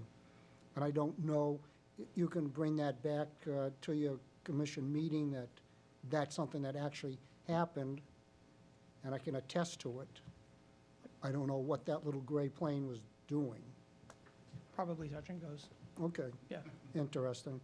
The lead paint, when I first heard that, I was knocked off my seat. Leaded gas, not Leaded lead paint. gas. Yeah. Lead paint.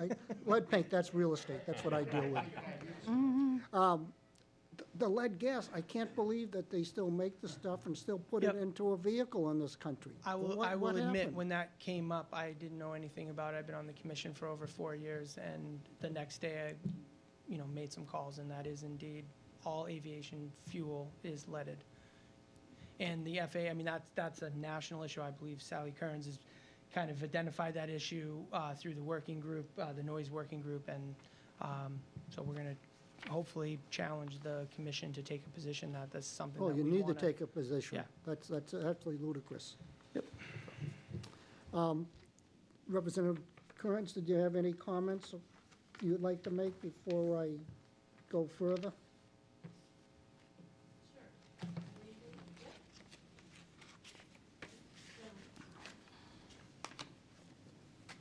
Thank you, Mr. Chairman. Thank you for just to set the table a little bit.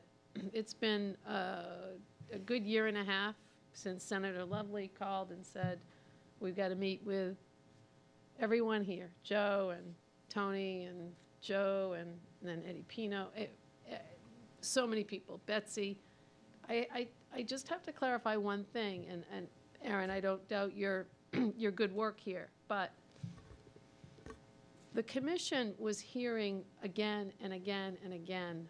They were kind of hearing, but they weren't listening, or they were listening, but they were not hearing. So finally, a prior commission chair named Scott DeLay said, we have to raise this at the level of the commission rather than a small subcommittee over here. I think at one point the airport manager said, we'll have a little committee and I'll meet with them. And it was Scott DeLay, in his wisdom, who said, no, it has to be before the commission at large. So I hope that that's kind of happening. And I think that what our neighbors here are wanting is to be heard and to know that we believe that their issues are legitimate, that these aren't just complaints, that these are, so just an appeal to listen and continue to push the commission hard on the good neighbor policy. So that's my take. Thanks. Thank you. Thank you for your work with the commission and the neighbors. So at this time, thank you. Wait, be patient. At this time, I'm going to remind you, it's not a public hearing. I am not going to allow everybody to get up and say something. I will ask for you, a spokesperson, that will come up with some questions to be directed to Aaron to take back to the commission. Request from your neighbors to be back before the commission. And after you make those statements, I will ask my fellow board members if they support those requests or not, to give it some validity if you want. I don't want any disparaging remarks that are personal to anybody in this room. I want to hear your concerns and your suggestions to make it better. Who's going to be the person to speak? Please go to the microphone, introduce yourself. Sure. All the questions will come to the chairman. Sure, but I can make some comments, correct? Yes. Yes. Thank you, Mr. Chairman. My name is Joe Rinaldi. I've heard an awful lot tonight about everything, but probably the toughest thing is what we've just been hearing from our representative to the commission, which is the noise element. I know you were saying earlier that you were a bit perplexed at the plane going over your area, right? Well, this past Saturday, I was sitting in my garage, and I couldn't believe it. I mean, it was one after the other, after the other, after the other. There had to be a couple hundred, whatever. My aviation friend there counts them, probably 200 in a given day when they're really moving out, and they really are moving out, and they're slowly going over the rooftops of us. You can't. I was talking to somebody, I couldn't even talk to them. We had to go inside, and even then, you could hear them. I mean, it's just, it's beyond, you know, common sense. I mean, this is, I lived in a city. I grew up in Revere, okay? Right next to Logan Airport. I never heard anywhere near the noise that I'm hearing these last couple of years. For the first 30 years that I lived in Danvers, I didn't even know that the Beverly Airport existed. If we saw a plane go over once, I said, wow, that's unbelievable. And then all of a sudden, some say it was pandemic, you know, pent up, whatever. All of a sudden, we got bombarded. It went from like 0 to 100, just like that. I mean, it was like we were under attack. I think I made mention. It felt like we were, you know, in a war zone, and it still does when they do these. And they're going over a heavily populated area, you know, where people can't enjoy their yards, they can't enjoy their kids, they can't enjoy their pools, and more importantly, I thought the noise was bad, right? But according to a congressional hearing that my good friend Mr. Costanza over there pointed out to me, that a congressional hearing was held, probably was in July or whatever, but you know, maybe a few months ago, and regarding the poisonous leaded exhaust that comes out of those propeller-driven planes. Now, I never knew that, to be very honest with you. I thought, leaded fuel was banned years ago, and it was, 25 years ago to be exact. You can't have lead in a paint can, and yet we can have lead flying hundreds of flights over our homes, spewing out this poisonous gas that's falling not only on all of us, but all of our children too. And if you don't think lead is bad, ask a scientist. There is absolutely no safe level of lead, none.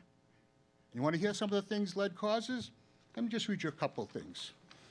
It causes developmental delay in children, learning disabilities, seizures, premature births, lower birth weight, slow growth rate in babies, and a myriad of other things. I mean, there is alternative fuels that are available right now. In fact, the FAA just gave it its okay, and we hear talk like maybe in 5 or 10 years, we'll change over to, the unleaded fuel that we have to put in our cars. Cars usually run better with leaded fuel, but unleaded, the planes are just flying over with leaded fuel, just showering us and our kids, and the exhaust, the poisonous exhaust is so minute and microscopic that we're breathing it in. You don't even know it. You're breathing it in, you're damaging yourself, you're damaging your kids, you're damaging your yards, your pools, everything you breathe. And you say, well, Joe, sorry, you happen to pick the wrong area. Most of the concentration of the takeoffs and the touch and goes come over your area. We know that, the high school area, Anthony Lane area. But, what are you going to do? That's progress, I think the airport has definitely overstretched its bounds, and it's just not fair. And for those of you who think, well, it's just over there, so what? Well, let me tell you, the wind moves things around. The California fires, we've gotten smoke from those California fires. You don't think that leaded poisonous pollution is moving around, all around our town? If you think there are other things more important than our children and the poisonous gas that's coming out of those planes, you better look yourself in the mirror and say, what am I doing here? It's a horrible thing to have to deal with right now, because these are our kids, I'm glad my kids don't live here anymore, but I don't even want to live here anymore. Not with all these planes going over, dropping this crap on us. Remember, it's leaded, poisonous gas. There's no other way around it. There is no safe level. Thank you very much. Thank you, Joe. So at this time, I'd like to propose that this board adopt a resolution supporting legislation and to the state rep to file a bill to ban airplanes with using leaded gas in this state. A little radical, but I think we need to get this word out to the state officials, the federal officials, that the use of leaded gas in airplanes has to cease and desist. The other thing that I'd like to do is have this board support the efforts of Aaron, our representative, on all the noise issues, to lower the noise, get the summary reports, what's the long-term goals, a noise meeting, a positive focus on noise, and all the additional things that he did. And I'd like this board to consider a motion to support the efforts for our representative to urge the commission to work on the noise abatement issues. Is that agreeable? Can we take them separately, Mr. Can I? You can, we'll take them separately Yep. because they're two separate issues. Yes, we'll take comments on those two subjects. Okay, I'll start. Dan, I will support that too. I think that's a great recommendation. I just want to say that these neighbors, myself, and the state representatives that are here, thank you, everybody that's here, they are very concerned about the noise, the change in the flight patterns, the touch and goes, and I'd like to help them, and we have to have the commissioner to work with us. Aaron, you know, please, we got to stay on them. We need timelines. We say we're going to do all this stuff. We need to hold them accountable. You know, maybe have the control tower, identify the size of the planes, the times they revisit. You know, let's be the good neighbor policy. You know, all this is based on the noise, and from what I'm reading, and I've been reading a lot for the neighbors, and I want to stay involved and help you. If I'm reading it correctly, the planes have to climb to a height of 500 feet and a half a mile of runway. Some of those planes are over 140 decimals, which seems to be equivalent to a rock concert. So I hear you. It's a lot of noise. This is something that needs to be kept records of. Some of these planes are not climbing high enough within that half mile, and I think that's what's happening with the noise. So I live on Seneca Drive. I understand the Anthony Lane, Mr. Bob Barrows, Mr. Betancourt, Mr. Rinaldi, Eddie Pino. I hear you. I feel for you. Something's going on. State rep, I hear Sally's really trying to go forward with this, and even on a Sunday, I mean, I walk every day. There's so many planes. You know, not certain times. Let's control it. Certain times, certain days of the week. So we need to, Dan, I think that's a very good recommendation. I would be in full support of adopting it, and I thank you for that, and I think the neighbors will thank you too. We need to really do something now. Something's changed. So to Gardner's recommendation, we're going to take the two items separate. We'll start with the lead gas. I'd like to have a motion to ask the representative and Senator Lovely to file legislation banning lead gas in airplanes in Massachusetts. I'll do it for the sake of conversation, so I'll make that motion, or did you make it, and I'll second it? No, go ahead. I'll make the motion for the sake of conversation. Is there a second? Second. Thank you. So conversation, maker of the motion, go ahead. Thank you. Mr. Chairman, I appreciate that. I too read the study. It came out. I saw the study that came out, and it's one of many. I'm wondering if we aren't placing emphasis on the state level that is really the federal level. And I wouldn't want to, if I could, I don't want to, you know, just as we in the town cannot stop a plane from flying, we in the town cannot do that. I'm not sure the state has that authority either. This is the Federal Aviation, the FAA. No, it's lead gas. It's I not understand controlling the flights. I understand what you're saying, And we but certainly will send a copy to Representative Moulton. I'm suggesting that this may be federal level, not state level. And before we put this onus on Representative Kearns and Senator Lovely, I would actually ask for their input as to whether this is something that is achievable by the state, as opposed to, I don't want to send them on a fool's errand or if they cannot do that. So this is Right through the chair, please, both of you. So. I'm going to, Sally, make a comment. If I could just share a little bit from, so we've been working with Congressman Moulton trying to attack this. Mike. Thank you, Matt. I'll be really efficient. Sally Kearns, 208 Center Street, Precinct 8. So we have been working with Congressman Moulton's office, who's keeping us apprised of what's happening at the federal level. So there are two things. There's the Quiet Skies Caucus that has not produced very much, but then as the leaded fuel issue is beginning to get a lot of attention, and Congressman Ro Khanna and Congressperson, someone help me, who's the other one? Ro Khanna from California has had an oversight hearing on this. Now, this is from Bob, but where is the one from Norm? Here we go.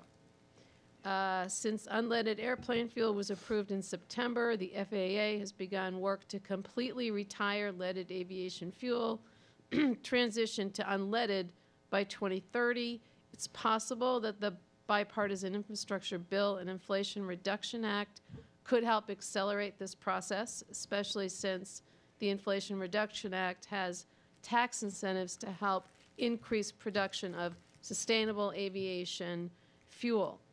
And the BIL provides additional grant opportunities to help with the transition. So that's where we would want the airport to be really aggressive in a way that we've not seen them be aggressive on noise.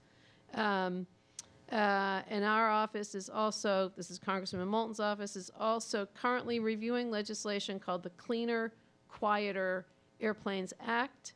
It would establish initiatives to develop technologies that would reduce noise and harmful emissions in aircraft.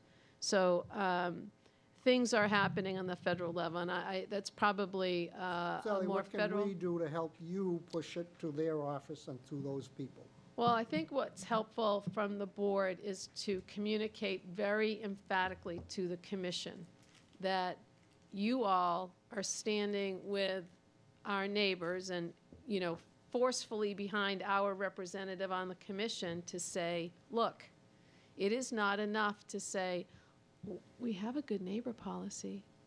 I'm sorry, that is not enough. Are you enforcing it? How aggressively are you promoting it? We know what you can't do. We know that you can't be the FAA. No one's asking them to be the FAA. But are they really working hard to get compliance with the good neighbor policy? And I've not heard the commission detail things that tell me that the management indicates they are very serious. You know, they try. Yes, we have met with them. We send out a notice. Get imaginative, and if they get a little bit more proactive, I think maybe they could increase the number of pilots who comply. I think you almost have to make it, and I don't know, Eddie, you're a pilot, I mean, and so are you, Joe. I mean, I don't know how you shame pilots into respecting the neighborhoods where they fly, but I guess that's the challenge. So Sally, you're recommending that we urge, whoops, go ahead.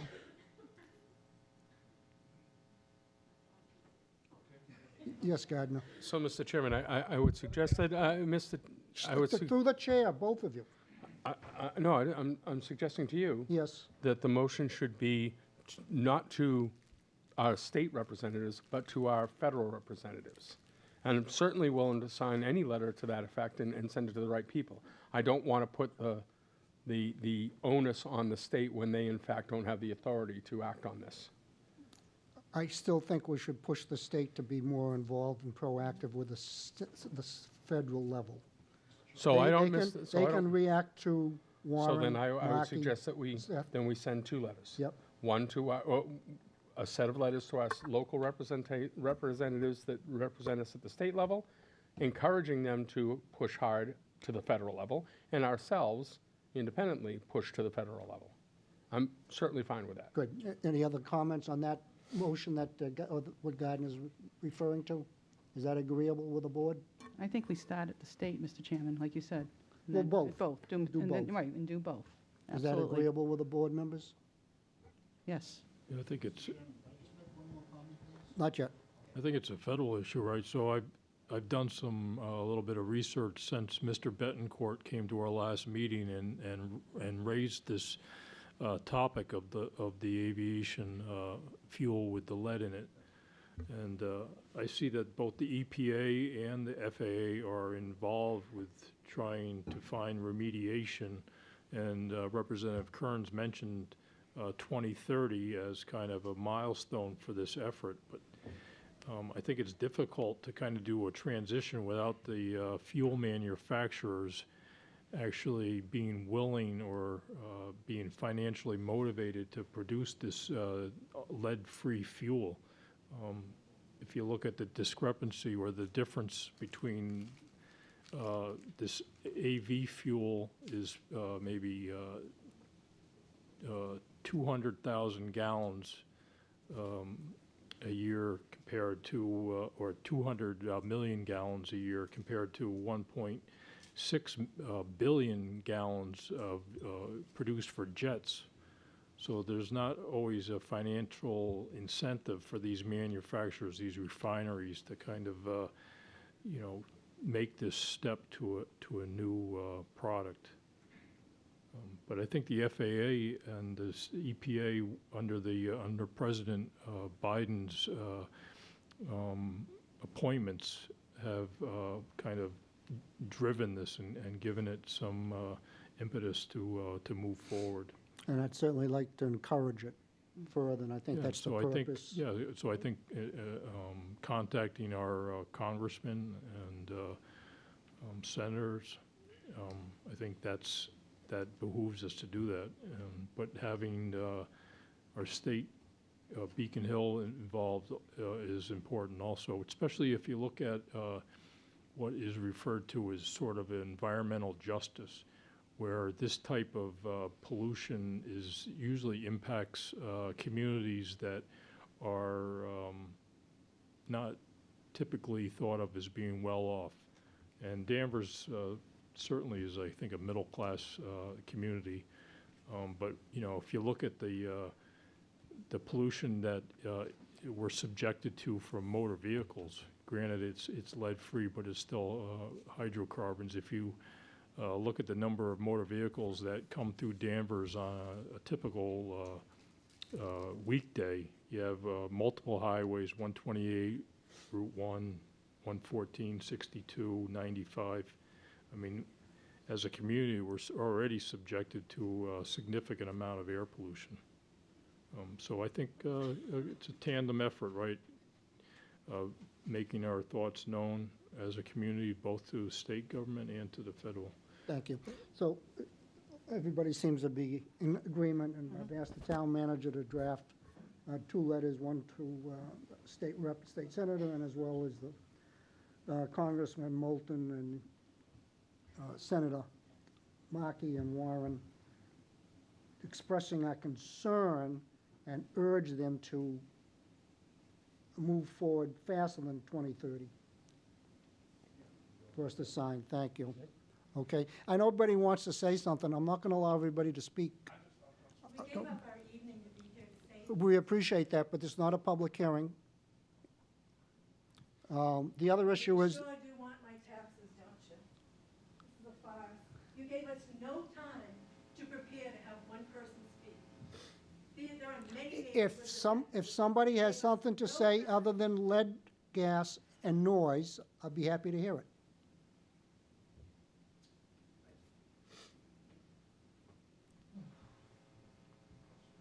Thank you, Mr. Bennett and Selectmen. Other topics that were discussed at some of these meetings back in September. Sure. Ed Pino, and I live on Thorpe Circle. Thank you, Ed. Yep, you're welcome, sorry. The big thing that we're missing is the safety factor. Now, there's a runway right at the end is Danvers High School, 1,400 students, faculty, and things of that sort. Beverly Airport is surrounded by densely populated neighborhoods. The thing is, over the years, they're increasing the size of the jets that they're bringing into Beverly Airport. Now, these jets have to get up to approximately, depending on the size of which aircraft, 100 miles an hour, if not more, to become airborne. If something goes wrong and they're 3/4 of the way down that runway at 80 miles an hour, you're not going to stop that aircraft. It's going to go through the neighborhood and possibly into the Danvers High School. We're allowing this neighborhood to get, this airport to get bigger and bigger and bigger and bigger sized jets. The last meeting, I asked the Beverly Airport Commission to tell us what in your master plan is the biggest size aircraft you're looking to bring into this airport. They won't answer me. Now, I think you people, the selectmen, the town of Danvers, are entitled to know. Yes, it's probably on their website, the master plan, but you got to go through hoops to get this information. So I think we should have the Beverly representative from the airport tell us what size aircraft is going to be here, because it really is getting out of control, the noise, everything that we're talking about. But the biggest thing is safety. So approach, if you're coming over Danvers High School, if an aircraft like that, a jet, loses an engine, you're going to have a serious problem in the neighborhood.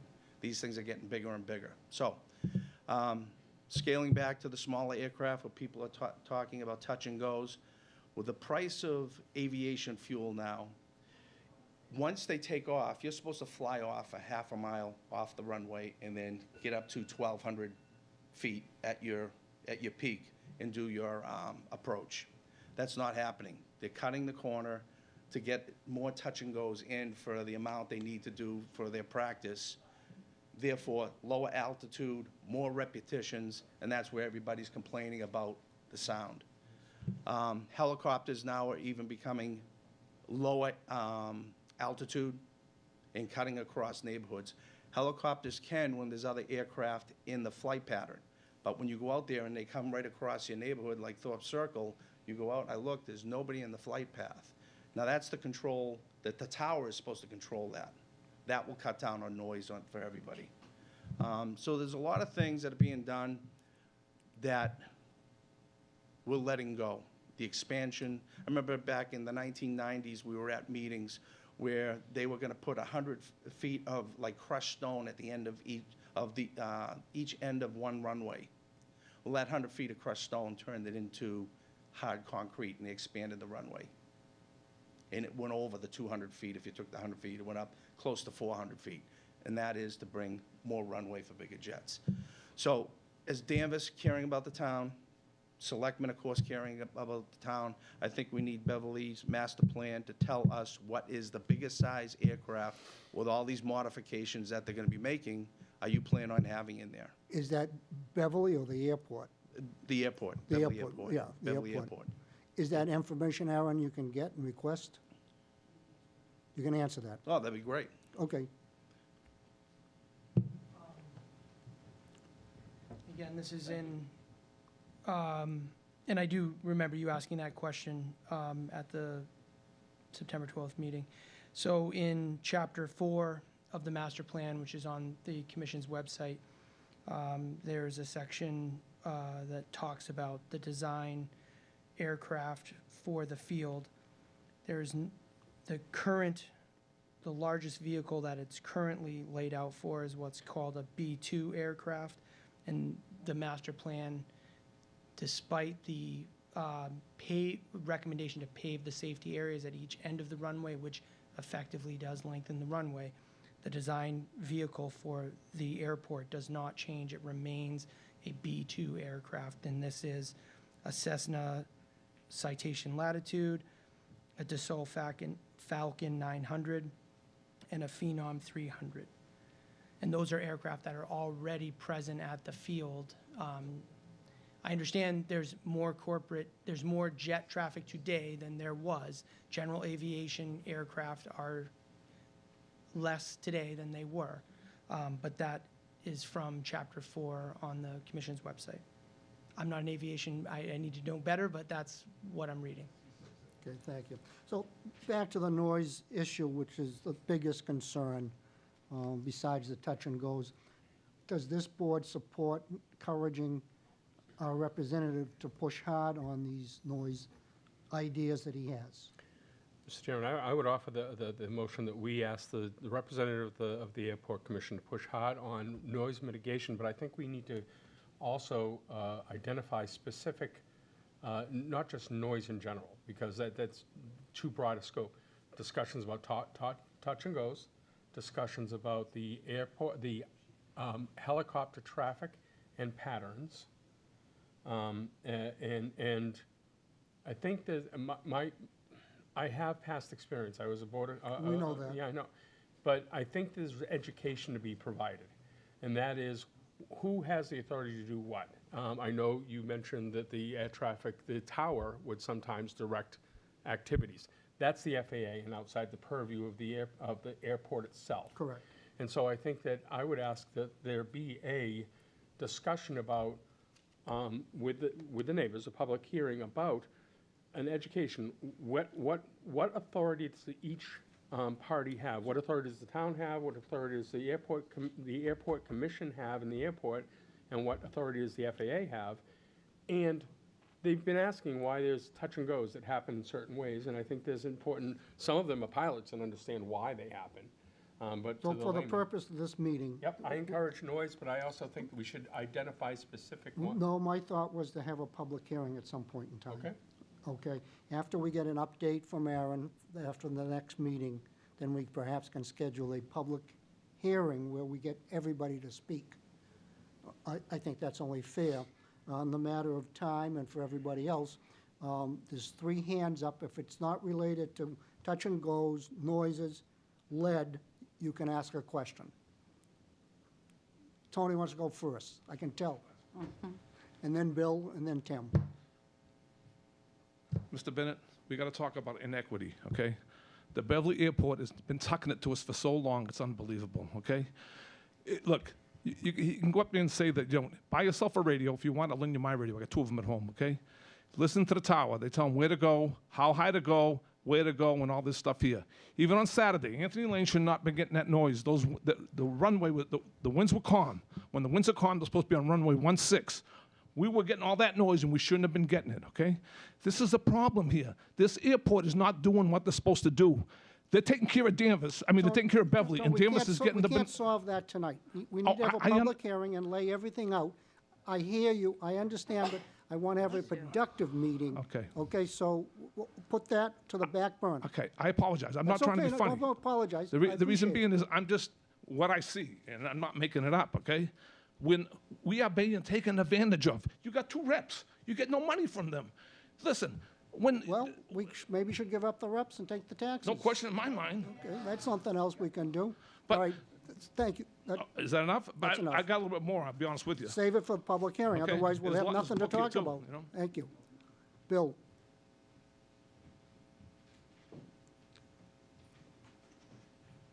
Bill Bradstreet, Town Meeting Member, Precinct 1.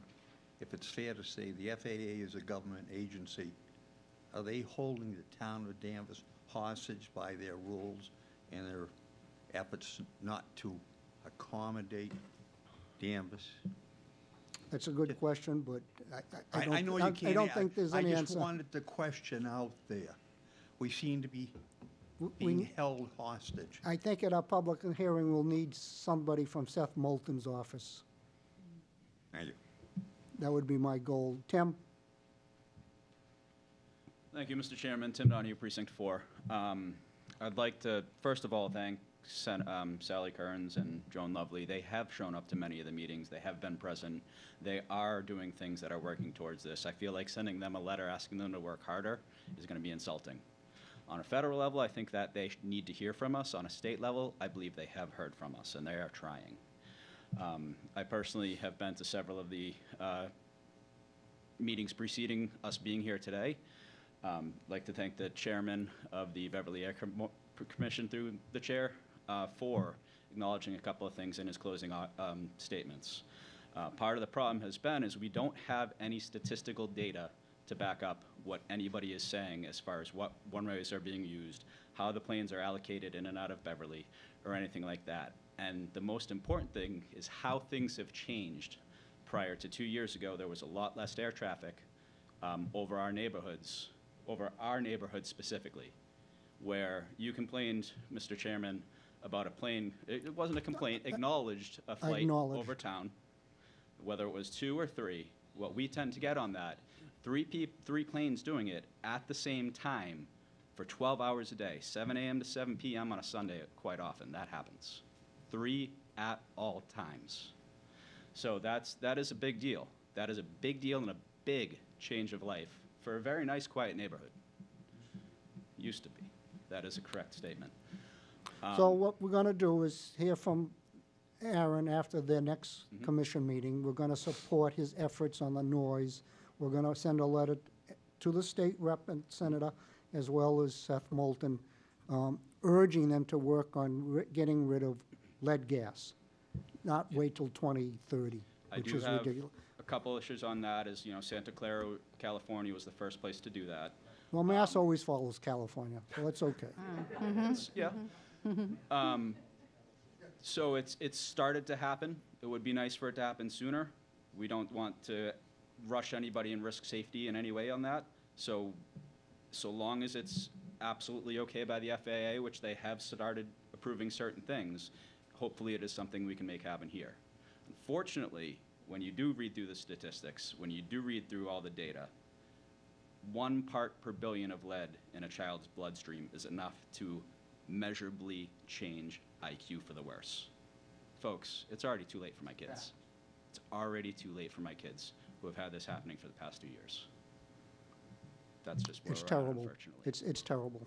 Yep. Yep, I get that. So, You have my 100% support on moving forwards in this in any way we can. Yep. Whether it's redundancy with the state or not, we need to do something. it's, and from several aspects would be nice, but I appreciate the board listening to us tonight, paying attention somewhat to what has been going on in the past few meetings, and really finally starting to understand how big of a deal this is for us. Thank you, We Tom. haven't felt acknowledged before, and it's nice to at least have this on the agenda. And my apologies to those that didn't get to speak, but again, this is not a public hearing, and we will, after we hear from Aaron, the next time we'll talk about a public hearing where everybody can have a chance to speak, and we'll invite somebody from Seth Moulton's office. Yep. I do have one request to go in that letter, is I would request that we ask for a measurable change. That you, the select board, asks for a measurable change in the noise from Beverly. However you choose to do it is however you choose to do it, but we would like it to be Well, that's our measurable. support of Aaron to push that through, and we'll deal with that Understood. later. The letter we're writing is on the health issues. Mm-hmm. Not that noise is not a health issue, but the health issue is foremost in my mind. I'll agree with that being a more long-term issue. This, however, the change in the patterns has been more immediate, Okay. and if it's a change one direction, it can change back. Let's see what we get for a new director, if we're gonna get one over there, and more people on the board. And we'll have to decide if we wanna have another representative from Danvers, or we'll go another route. Mr. Chairman, can can I ask you something, Dan? Yes, you can ask. Maybe we could, when we have this public hearing with the neighbors, maybe we can have a health specialist come. Sure. And We talk could- about, we'll- you know, we'll- health. We'll plan out the meeting Right. so that it's efficiently run, and we get the information that we need, whether it's health, noise, all those Yeah. issues. A specialist just to help and Yep. say, these are the effects, what the neighbors are saying, and we have everything really written down. We'll see if our health director has any input on that. That would be good, thank you. I could also say that if any of you would like to join us while we're discussing things, whether it be the noise abatement committee or anything that us as a neighborhood get together, if you'd like an invitation, we'd be happy to extend I'll it. send the invitation. Just be aware, that as a group, we cannot attend. There are, yes, I know there's certain. We're limited to the number of people Yep, that can we'll be attend meeting anything. Yep. Unless it's a chance meeting at the post office, then it's okay. Well, thank you. All right, thank you all for coming tonight. I appreciate it very much. And we'll see what we can do to move this ball forwards to the best of our abilities. All right? Okay, thank you. Thank you for coming. You're welcome. Okay, the town manager will report to the board on various items of interest. Thank you, Mr. Chairman. One of the items you received, I'll give them a second to. Yep. They were gonna have the meeting. Good night, Ed. Bye, thank you.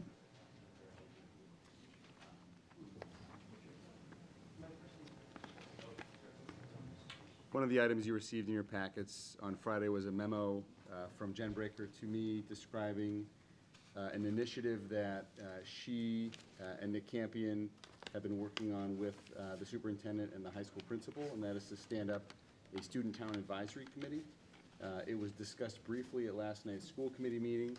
The vision for this is that it would be a select board appointed committee consisting of 9 representatives from the high school, 2 from each grade, with 1 at-large member. The concept for this was born of the Citizens Academy Junior that was launched this spring in the middle school when we worked with all 300 of the 8th graders to give them an abbreviated version of the Citizens Academy that we've been doing for community members. And the idea is that having introduced 8th graders to local government, by the time they enter 9th grade, they could join this group and potentially serve in this capacity for all 4 years of high school. The hours would work toward their community service requirements, and it would be an opportunity to use this student body to offer perspective, ask questions, and bounce ideas with some of our departments and regulatory boards and committees. So the school committee is very excited about it. One of the student reps who supports the school committee said she would eagerly serve on something like this. I wanted to provide the memo with this packet with the hope of coming back at the first meeting in November to discuss a potential vote to move this forward. So I think it's a great idea. The superintendent really liked the idea, and the school committee would certainly support the select board if they wanted to pursue this. Are you looking for action from us? Not tonight. I think it's a Not great- tonight. Not Great tonight. idea. Thank you. Okay, what else? There's materials in the packets from David Lane regarding a requirement this fall that mattresses be recycled, taken out of the waste stream. The Public Works Department wanted to, I should start by saying the minimum requirement in the law is that residents and communities would have to take mattresses potentially to a store and drop those off. DPW decided they wanted to offer more than that to the residents in Danvers, so certainly if folks need to get rid of a mattress, they can deliver it to the store. But for $40, which is the cost for us to dispose of that, Public Works will sell a resident a bag, the mattress can be put in the bag, and Public Works will pick that up and dispose of it for the resident. So residents will have an option. Can I ask a clarifying question? I've seen the sticker and I read the memo.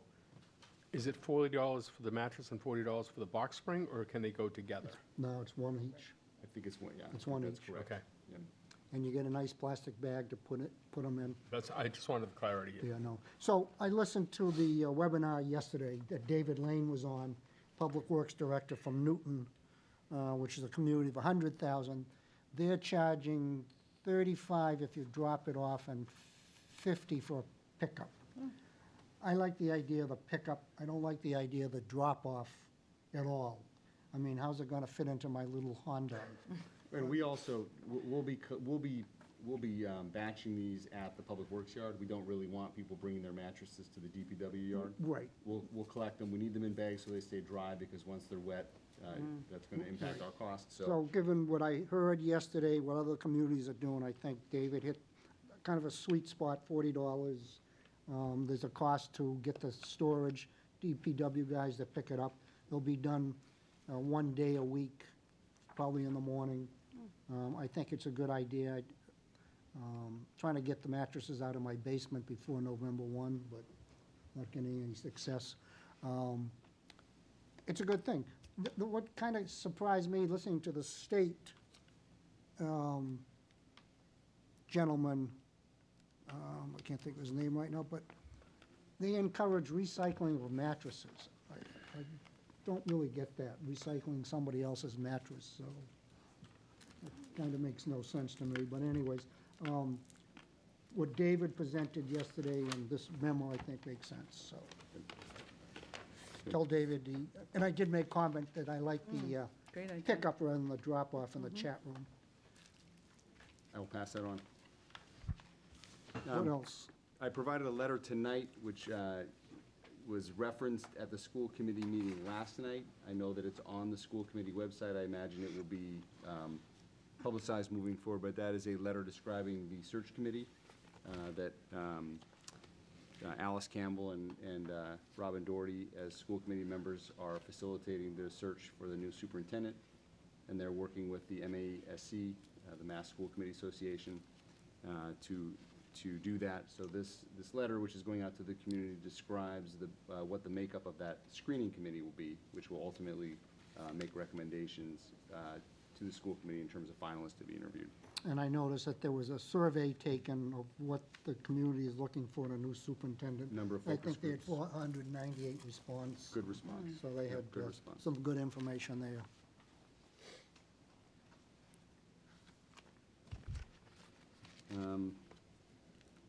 Two other just brief items. First,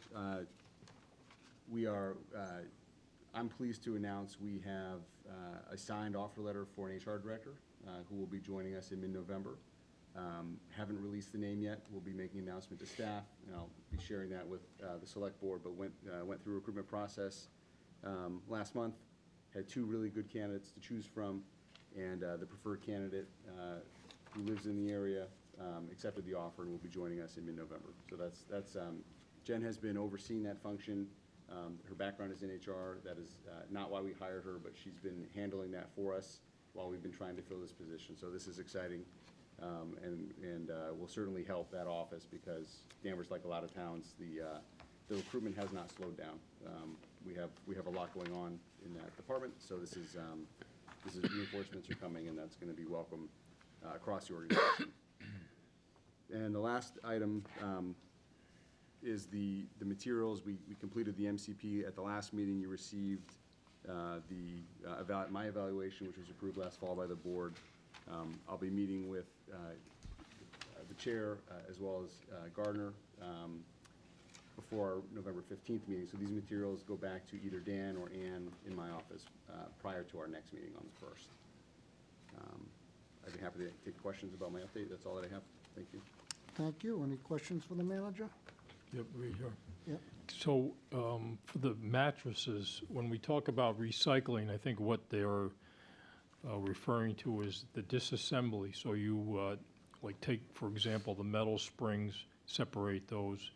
You take the padding or cushioning or whatever, and you can repurpose that as maybe blow-in insulation. There are a couple of companies that are doing that, but this comment was made by this gentleman and to reuse mattresses somehow. Yeah, that's. It made no sense. I don't think was- selling mattresses and reusing them, I don't think that's really a good from a health perspective. No, I don't either. But I like the fact that we're going to do pickup because unless you have a truck or maybe a station wagon or something, it's difficult to strap a mattress to the top of your car. So that might kind of promote dumping of you might wake That's up and find a correct. mattress in your Yeah. front yard. So we want to prevent that. I did have a question about apartment buildings and condos. I think today we don't do any type of pickup for those types of residential buildings. And to me, that seems kind of strange because they pay taxes as well. So I don't understand why we don't do trash pickup at condos.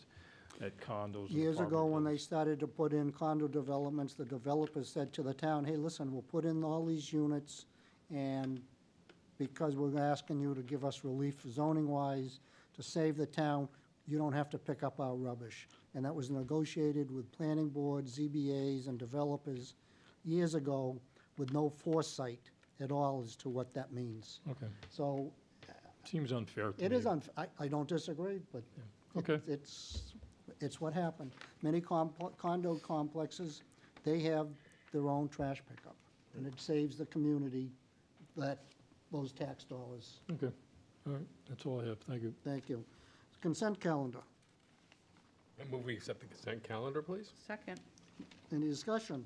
All those in favor? Aye. Thank you. Now to the good stuff. David, any new business updates, closing comments? Thank you, Dan. Number one, I very interested and sympathetic in the claim of condo people to have their rubbish and trash picked up.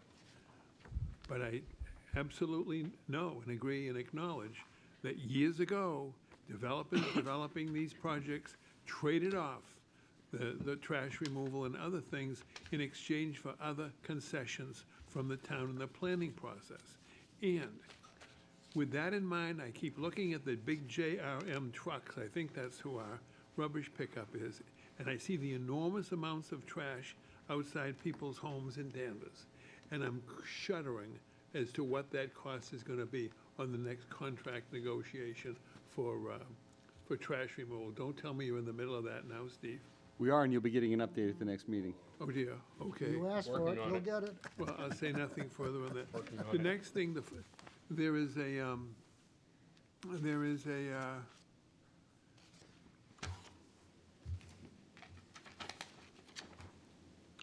Kira Vo, a student at the Holton Richmond Middle School, participated in a poster contest in connection with the Massachusetts insurance underwriters.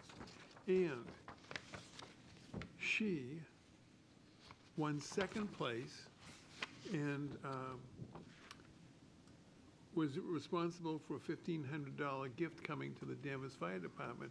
And we mentioned it last meeting, and I asked if we could please have that poster, publicized, and here it is, and it's really a great thing, and so thank you to that student for doing that, and congratulations for the effort. The monthly bulletin of the Danvers Senior Center is chock full of great stuff, and I hope that people will be aware, not just if you're a senior, but if you have a senior mother or father or someone in your family who's a senior, to know that there are a lot of beautiful, wonderful things going on in our senior center, so that people can feel included and part of a community and part of a little group. Maybe they get together every week. Wonderful things, including lots of food. And last night we had what was it last night? Last night we had we had with pumpkin whoopie pie and other delicious meatloaf, as good as my mother's. And we had a great speaker, A.J. Burnett, a meteorologist for WCVB, a fellow who lives in Danvers, who has 2 children in the system here, was highly knowledgeable, and it was a full room, and it was great. That's one of the things that our senior center does. The other thing is, this coming Thursday, in this room, the Toomey Room, the Human Rights and Inclusion Committee will have its monthly meeting. The agenda is posted on our website, and it is a very interesting and wonderful group. And one of the things that is being discussed is the formation of a rapid response group. When the cowardly we don't know what color supremacists they were, that hung the despicable banner down at the Route 114 bridge some 3 weeks ago, there was criticism of the town and the Human Rights and Inclusion Committee for not making a rapid response to that, publicizing a condemnation. And some members of the community said, you should be acting quicker. Well, the Human Rights and Inclusion Committee is in agreement with that, and they are going to attempt to make, by volunteers, a rapid response team when and if we have further incidences of any kind of hatred in the town, to have an immediate response that is powerful and publicized. That will be discussed this Thursday night here in this room. And otherwise, I received the same letter that everybody else has of a citizen complaining about flags in the town of Danvers. And I think that the town manager has done a superb job of addressing that in a scholarly, legal fashion. I don't think anything else needs to be said, except for me to thank the town manager once again for doing a great job of brain surgery. He does psychiatry without medical malpractice insurance in dealing with some of the issues that come to his desk. This is another one that I think was splendidly handled. I have nothing further to say about it, and I hope that the problem goes away. Thanks for listening. There was good press coverage on the rail trail meeting the other day. Very good coverage. Thank you, David. Matt? Yeah, just a couple of things. With the recent rainstorms, the residents are interested in knowing when the water restrictions will be lifted. Perhaps the town manager can give us an update on that. I don't have that formula off the top of my head now. Yeah, we're still under restrictions. Yep, okay. All right, and then I recently received my a second COVID booster shot plus my flu shot at the same time. Oof.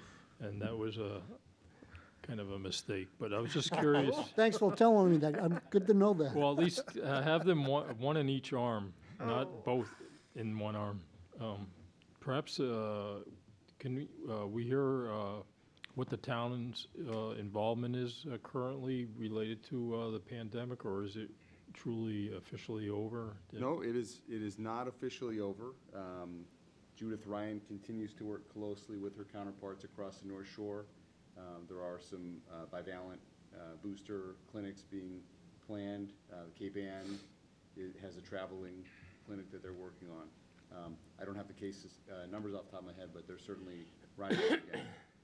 That's great to hear that we have to stay vigilant lest we fall back into home confinement.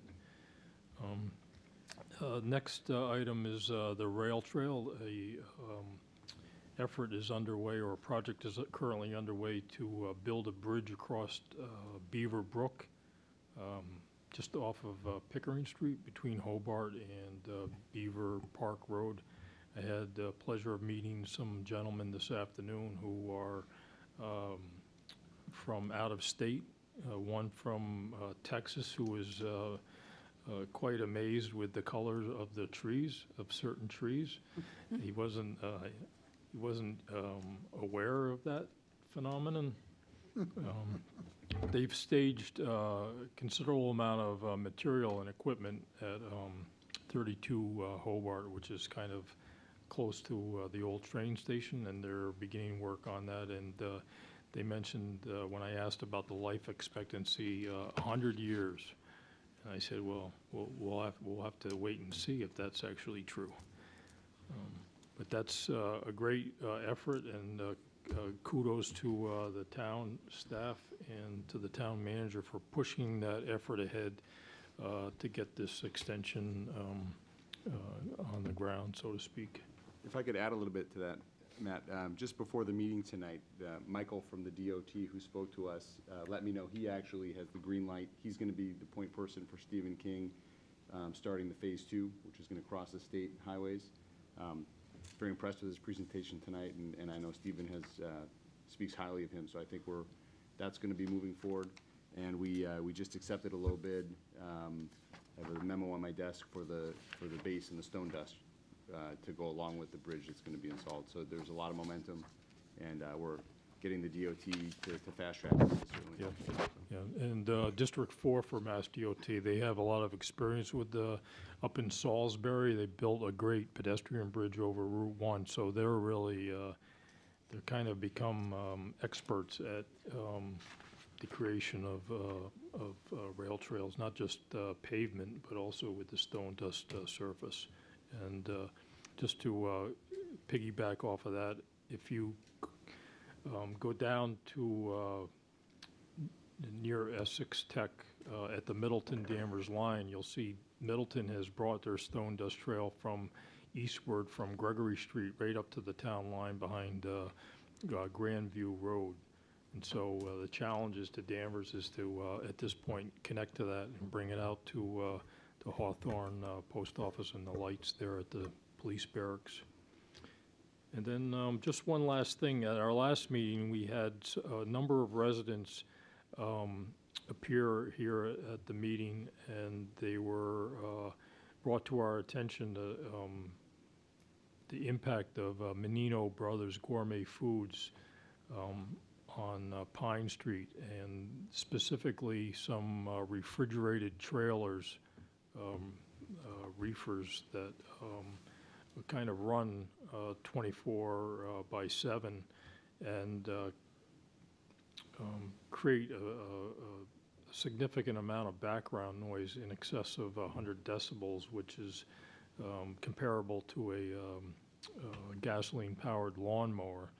And I went down there recently, and there's 3 trailers, and it appears that they've been there for a number of years. And I sort of recollect when they did the expansion of that site and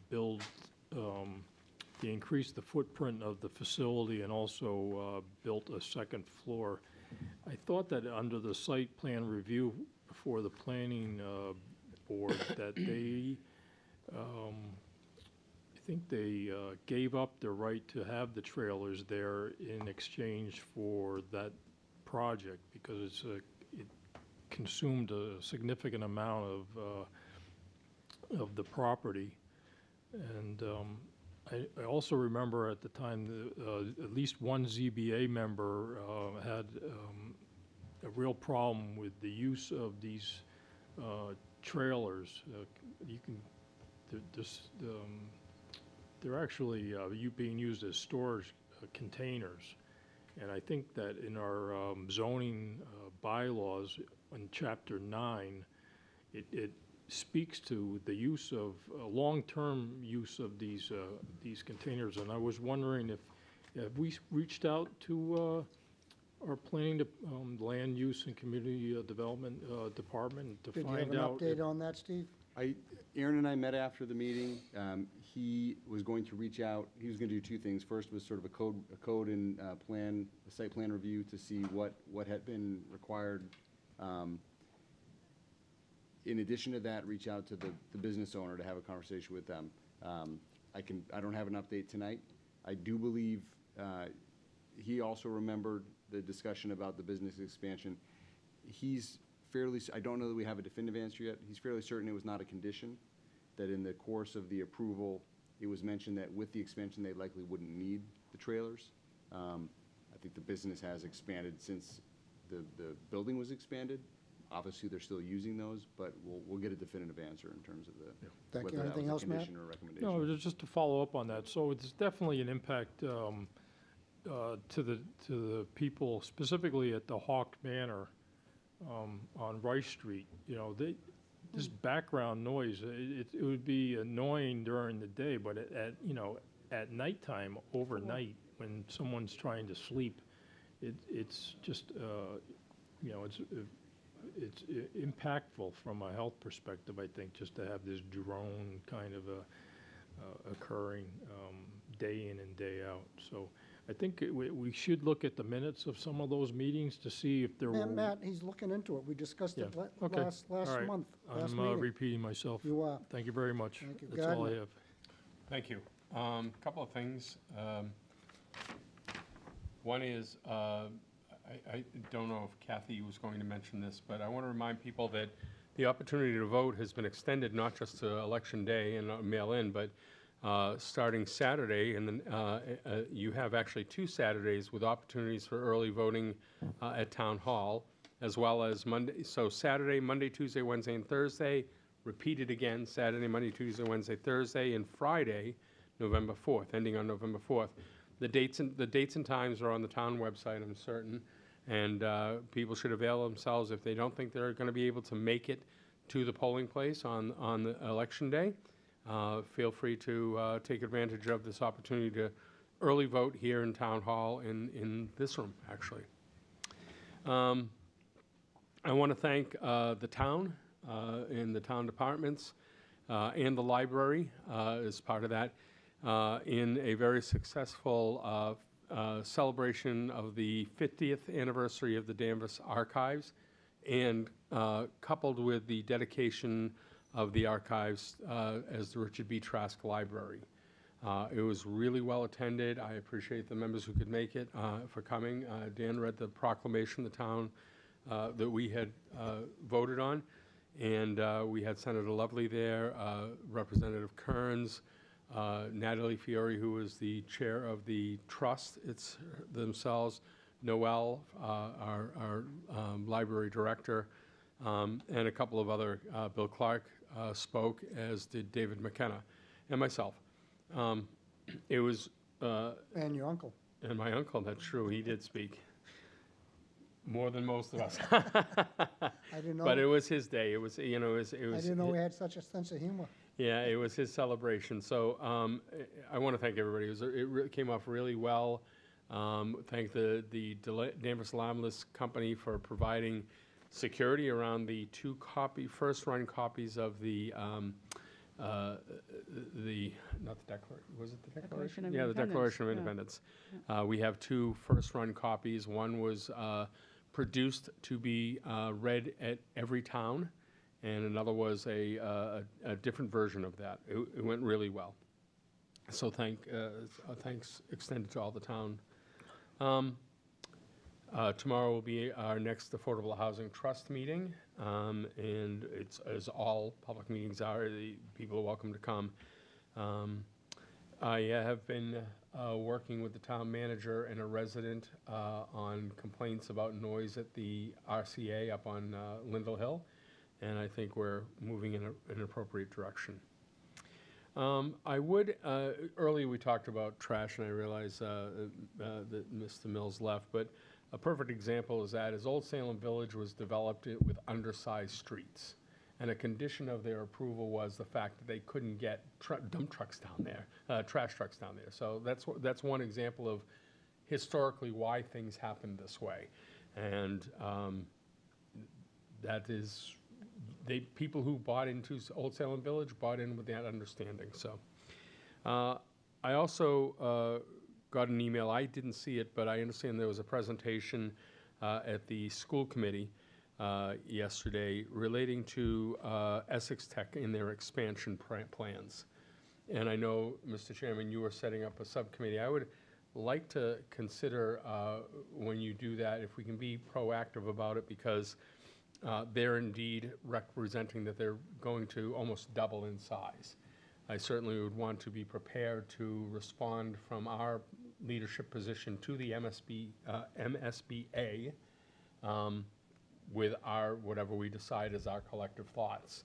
But there's some data to be gathered ahead of time, and I'm just wondering if we have the opportunity to be proactive about getting your committee kicked off and discuss what data we should do in support of the fact that we have a new representative on the Essex Tech board. And as well as that, we need to be conscious of the new charter school going in on the Peabody-Danvers line, which will take some 500-plus elementary school kids into their, under their wing, something else that we need to look at. As I've heard about that project, as I understand it, it's a extension of another one that serves Everett, Revere, and that area, and has a waiting list from that community. Yeah. From those communities. So, but we should understand the impact on the Danvers school system. Correct.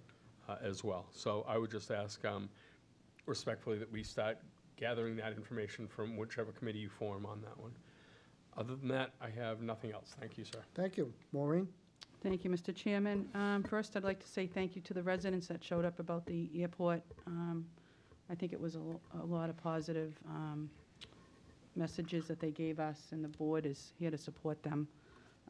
Also, I'd like to remind people that there will be a Lynch 5K Memorial Road Race, November 6th, Holton, Richmond, 10 a.m. That in memory of my brother Robert Lynch, that was a great father and a husband to his wife Irene and his 4 children.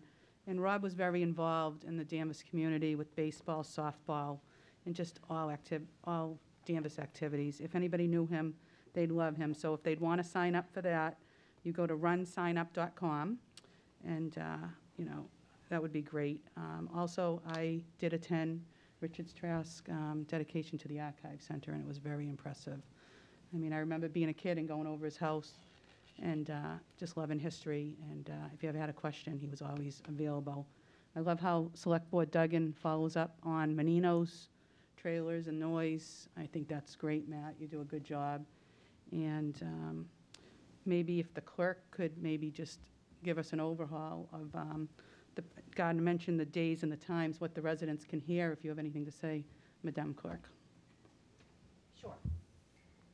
So the ballot this year, it's a 2-sided ballot, so voters want to make sure to flip the ballot over. The questions are on the back side.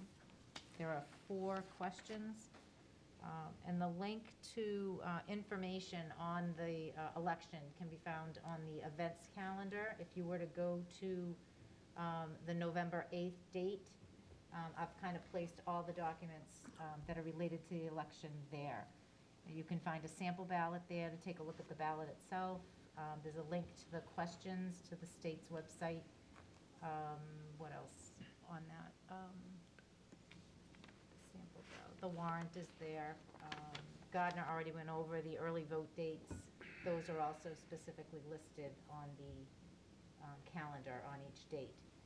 The only other thing I can offer is that we received about 5,000 requests for vote-by-mail ballots. Wow. All of those ballots have gone out and have started to come back.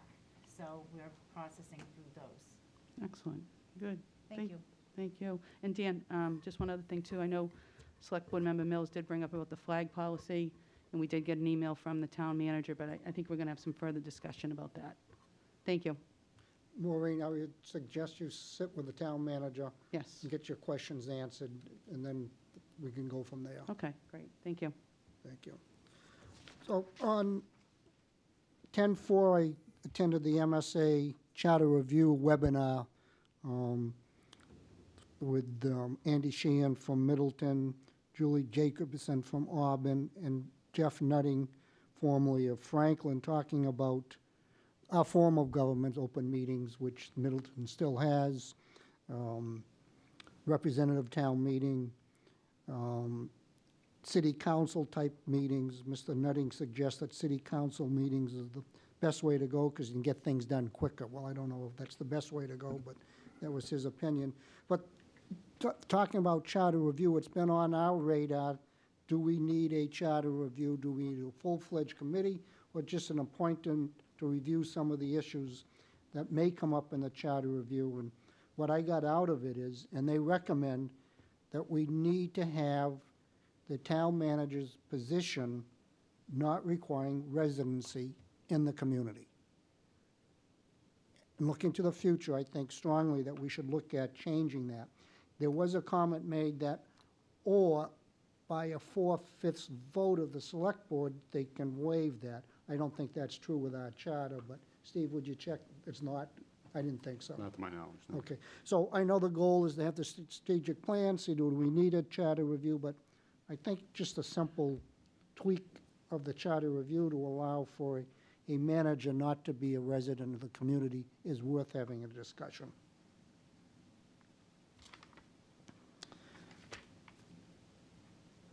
Gordon, you already mentioned the recycling next Saturday, Sunday, 9 to 11 down at the high school. That's great. When you get done with the Lynch race on November 6th, come down to Pope's Landing at 12:30 for the Kiwanis Duck Race raffle. The ducks aren't going in the water. We'll pull numbers out, but go to the Kiwanis website and buy your lucky ducks. The first prize winner, I think, is $1,000, $500, $300. So can't win if you don't buy a ticket. Steve, is there any thoughts to have having the businessmen's party in December? I think the question came up. That's a board hosted event. Right. Typically, it was run through the clerk's office. I know it, and again, I think it just came up within the last week or so in terms of whether this is something we wanted to. It did get stopped during COVID. Right. So I think if it's up to the board. I mean, I think Is there interest with the board to have a public party in December for the businesses, I think it's great. considering it would be inside? Mask, if you know, optional if you want 'em. Optional, yeah. Mhm. Okay, Gardner? I'm kind of on the fence on this one. I've been to many of them, even before I was So, a select board member. I I'm don't know. bringing this, we don't need to make a commitment tonight, but I think certainly by the next meeting so that the clerk has time to plan it. Thank you. You're welcome. Matt? I'm all for it. All for it, okay. I'm on the fence too. So we'll make a decision in the next week or two. Great. Okay, thank you. Recycling business, okay. With that, please, if you see a veteran, thank them for their service. And unless there's something else to come before the board, the meeting is adjourned at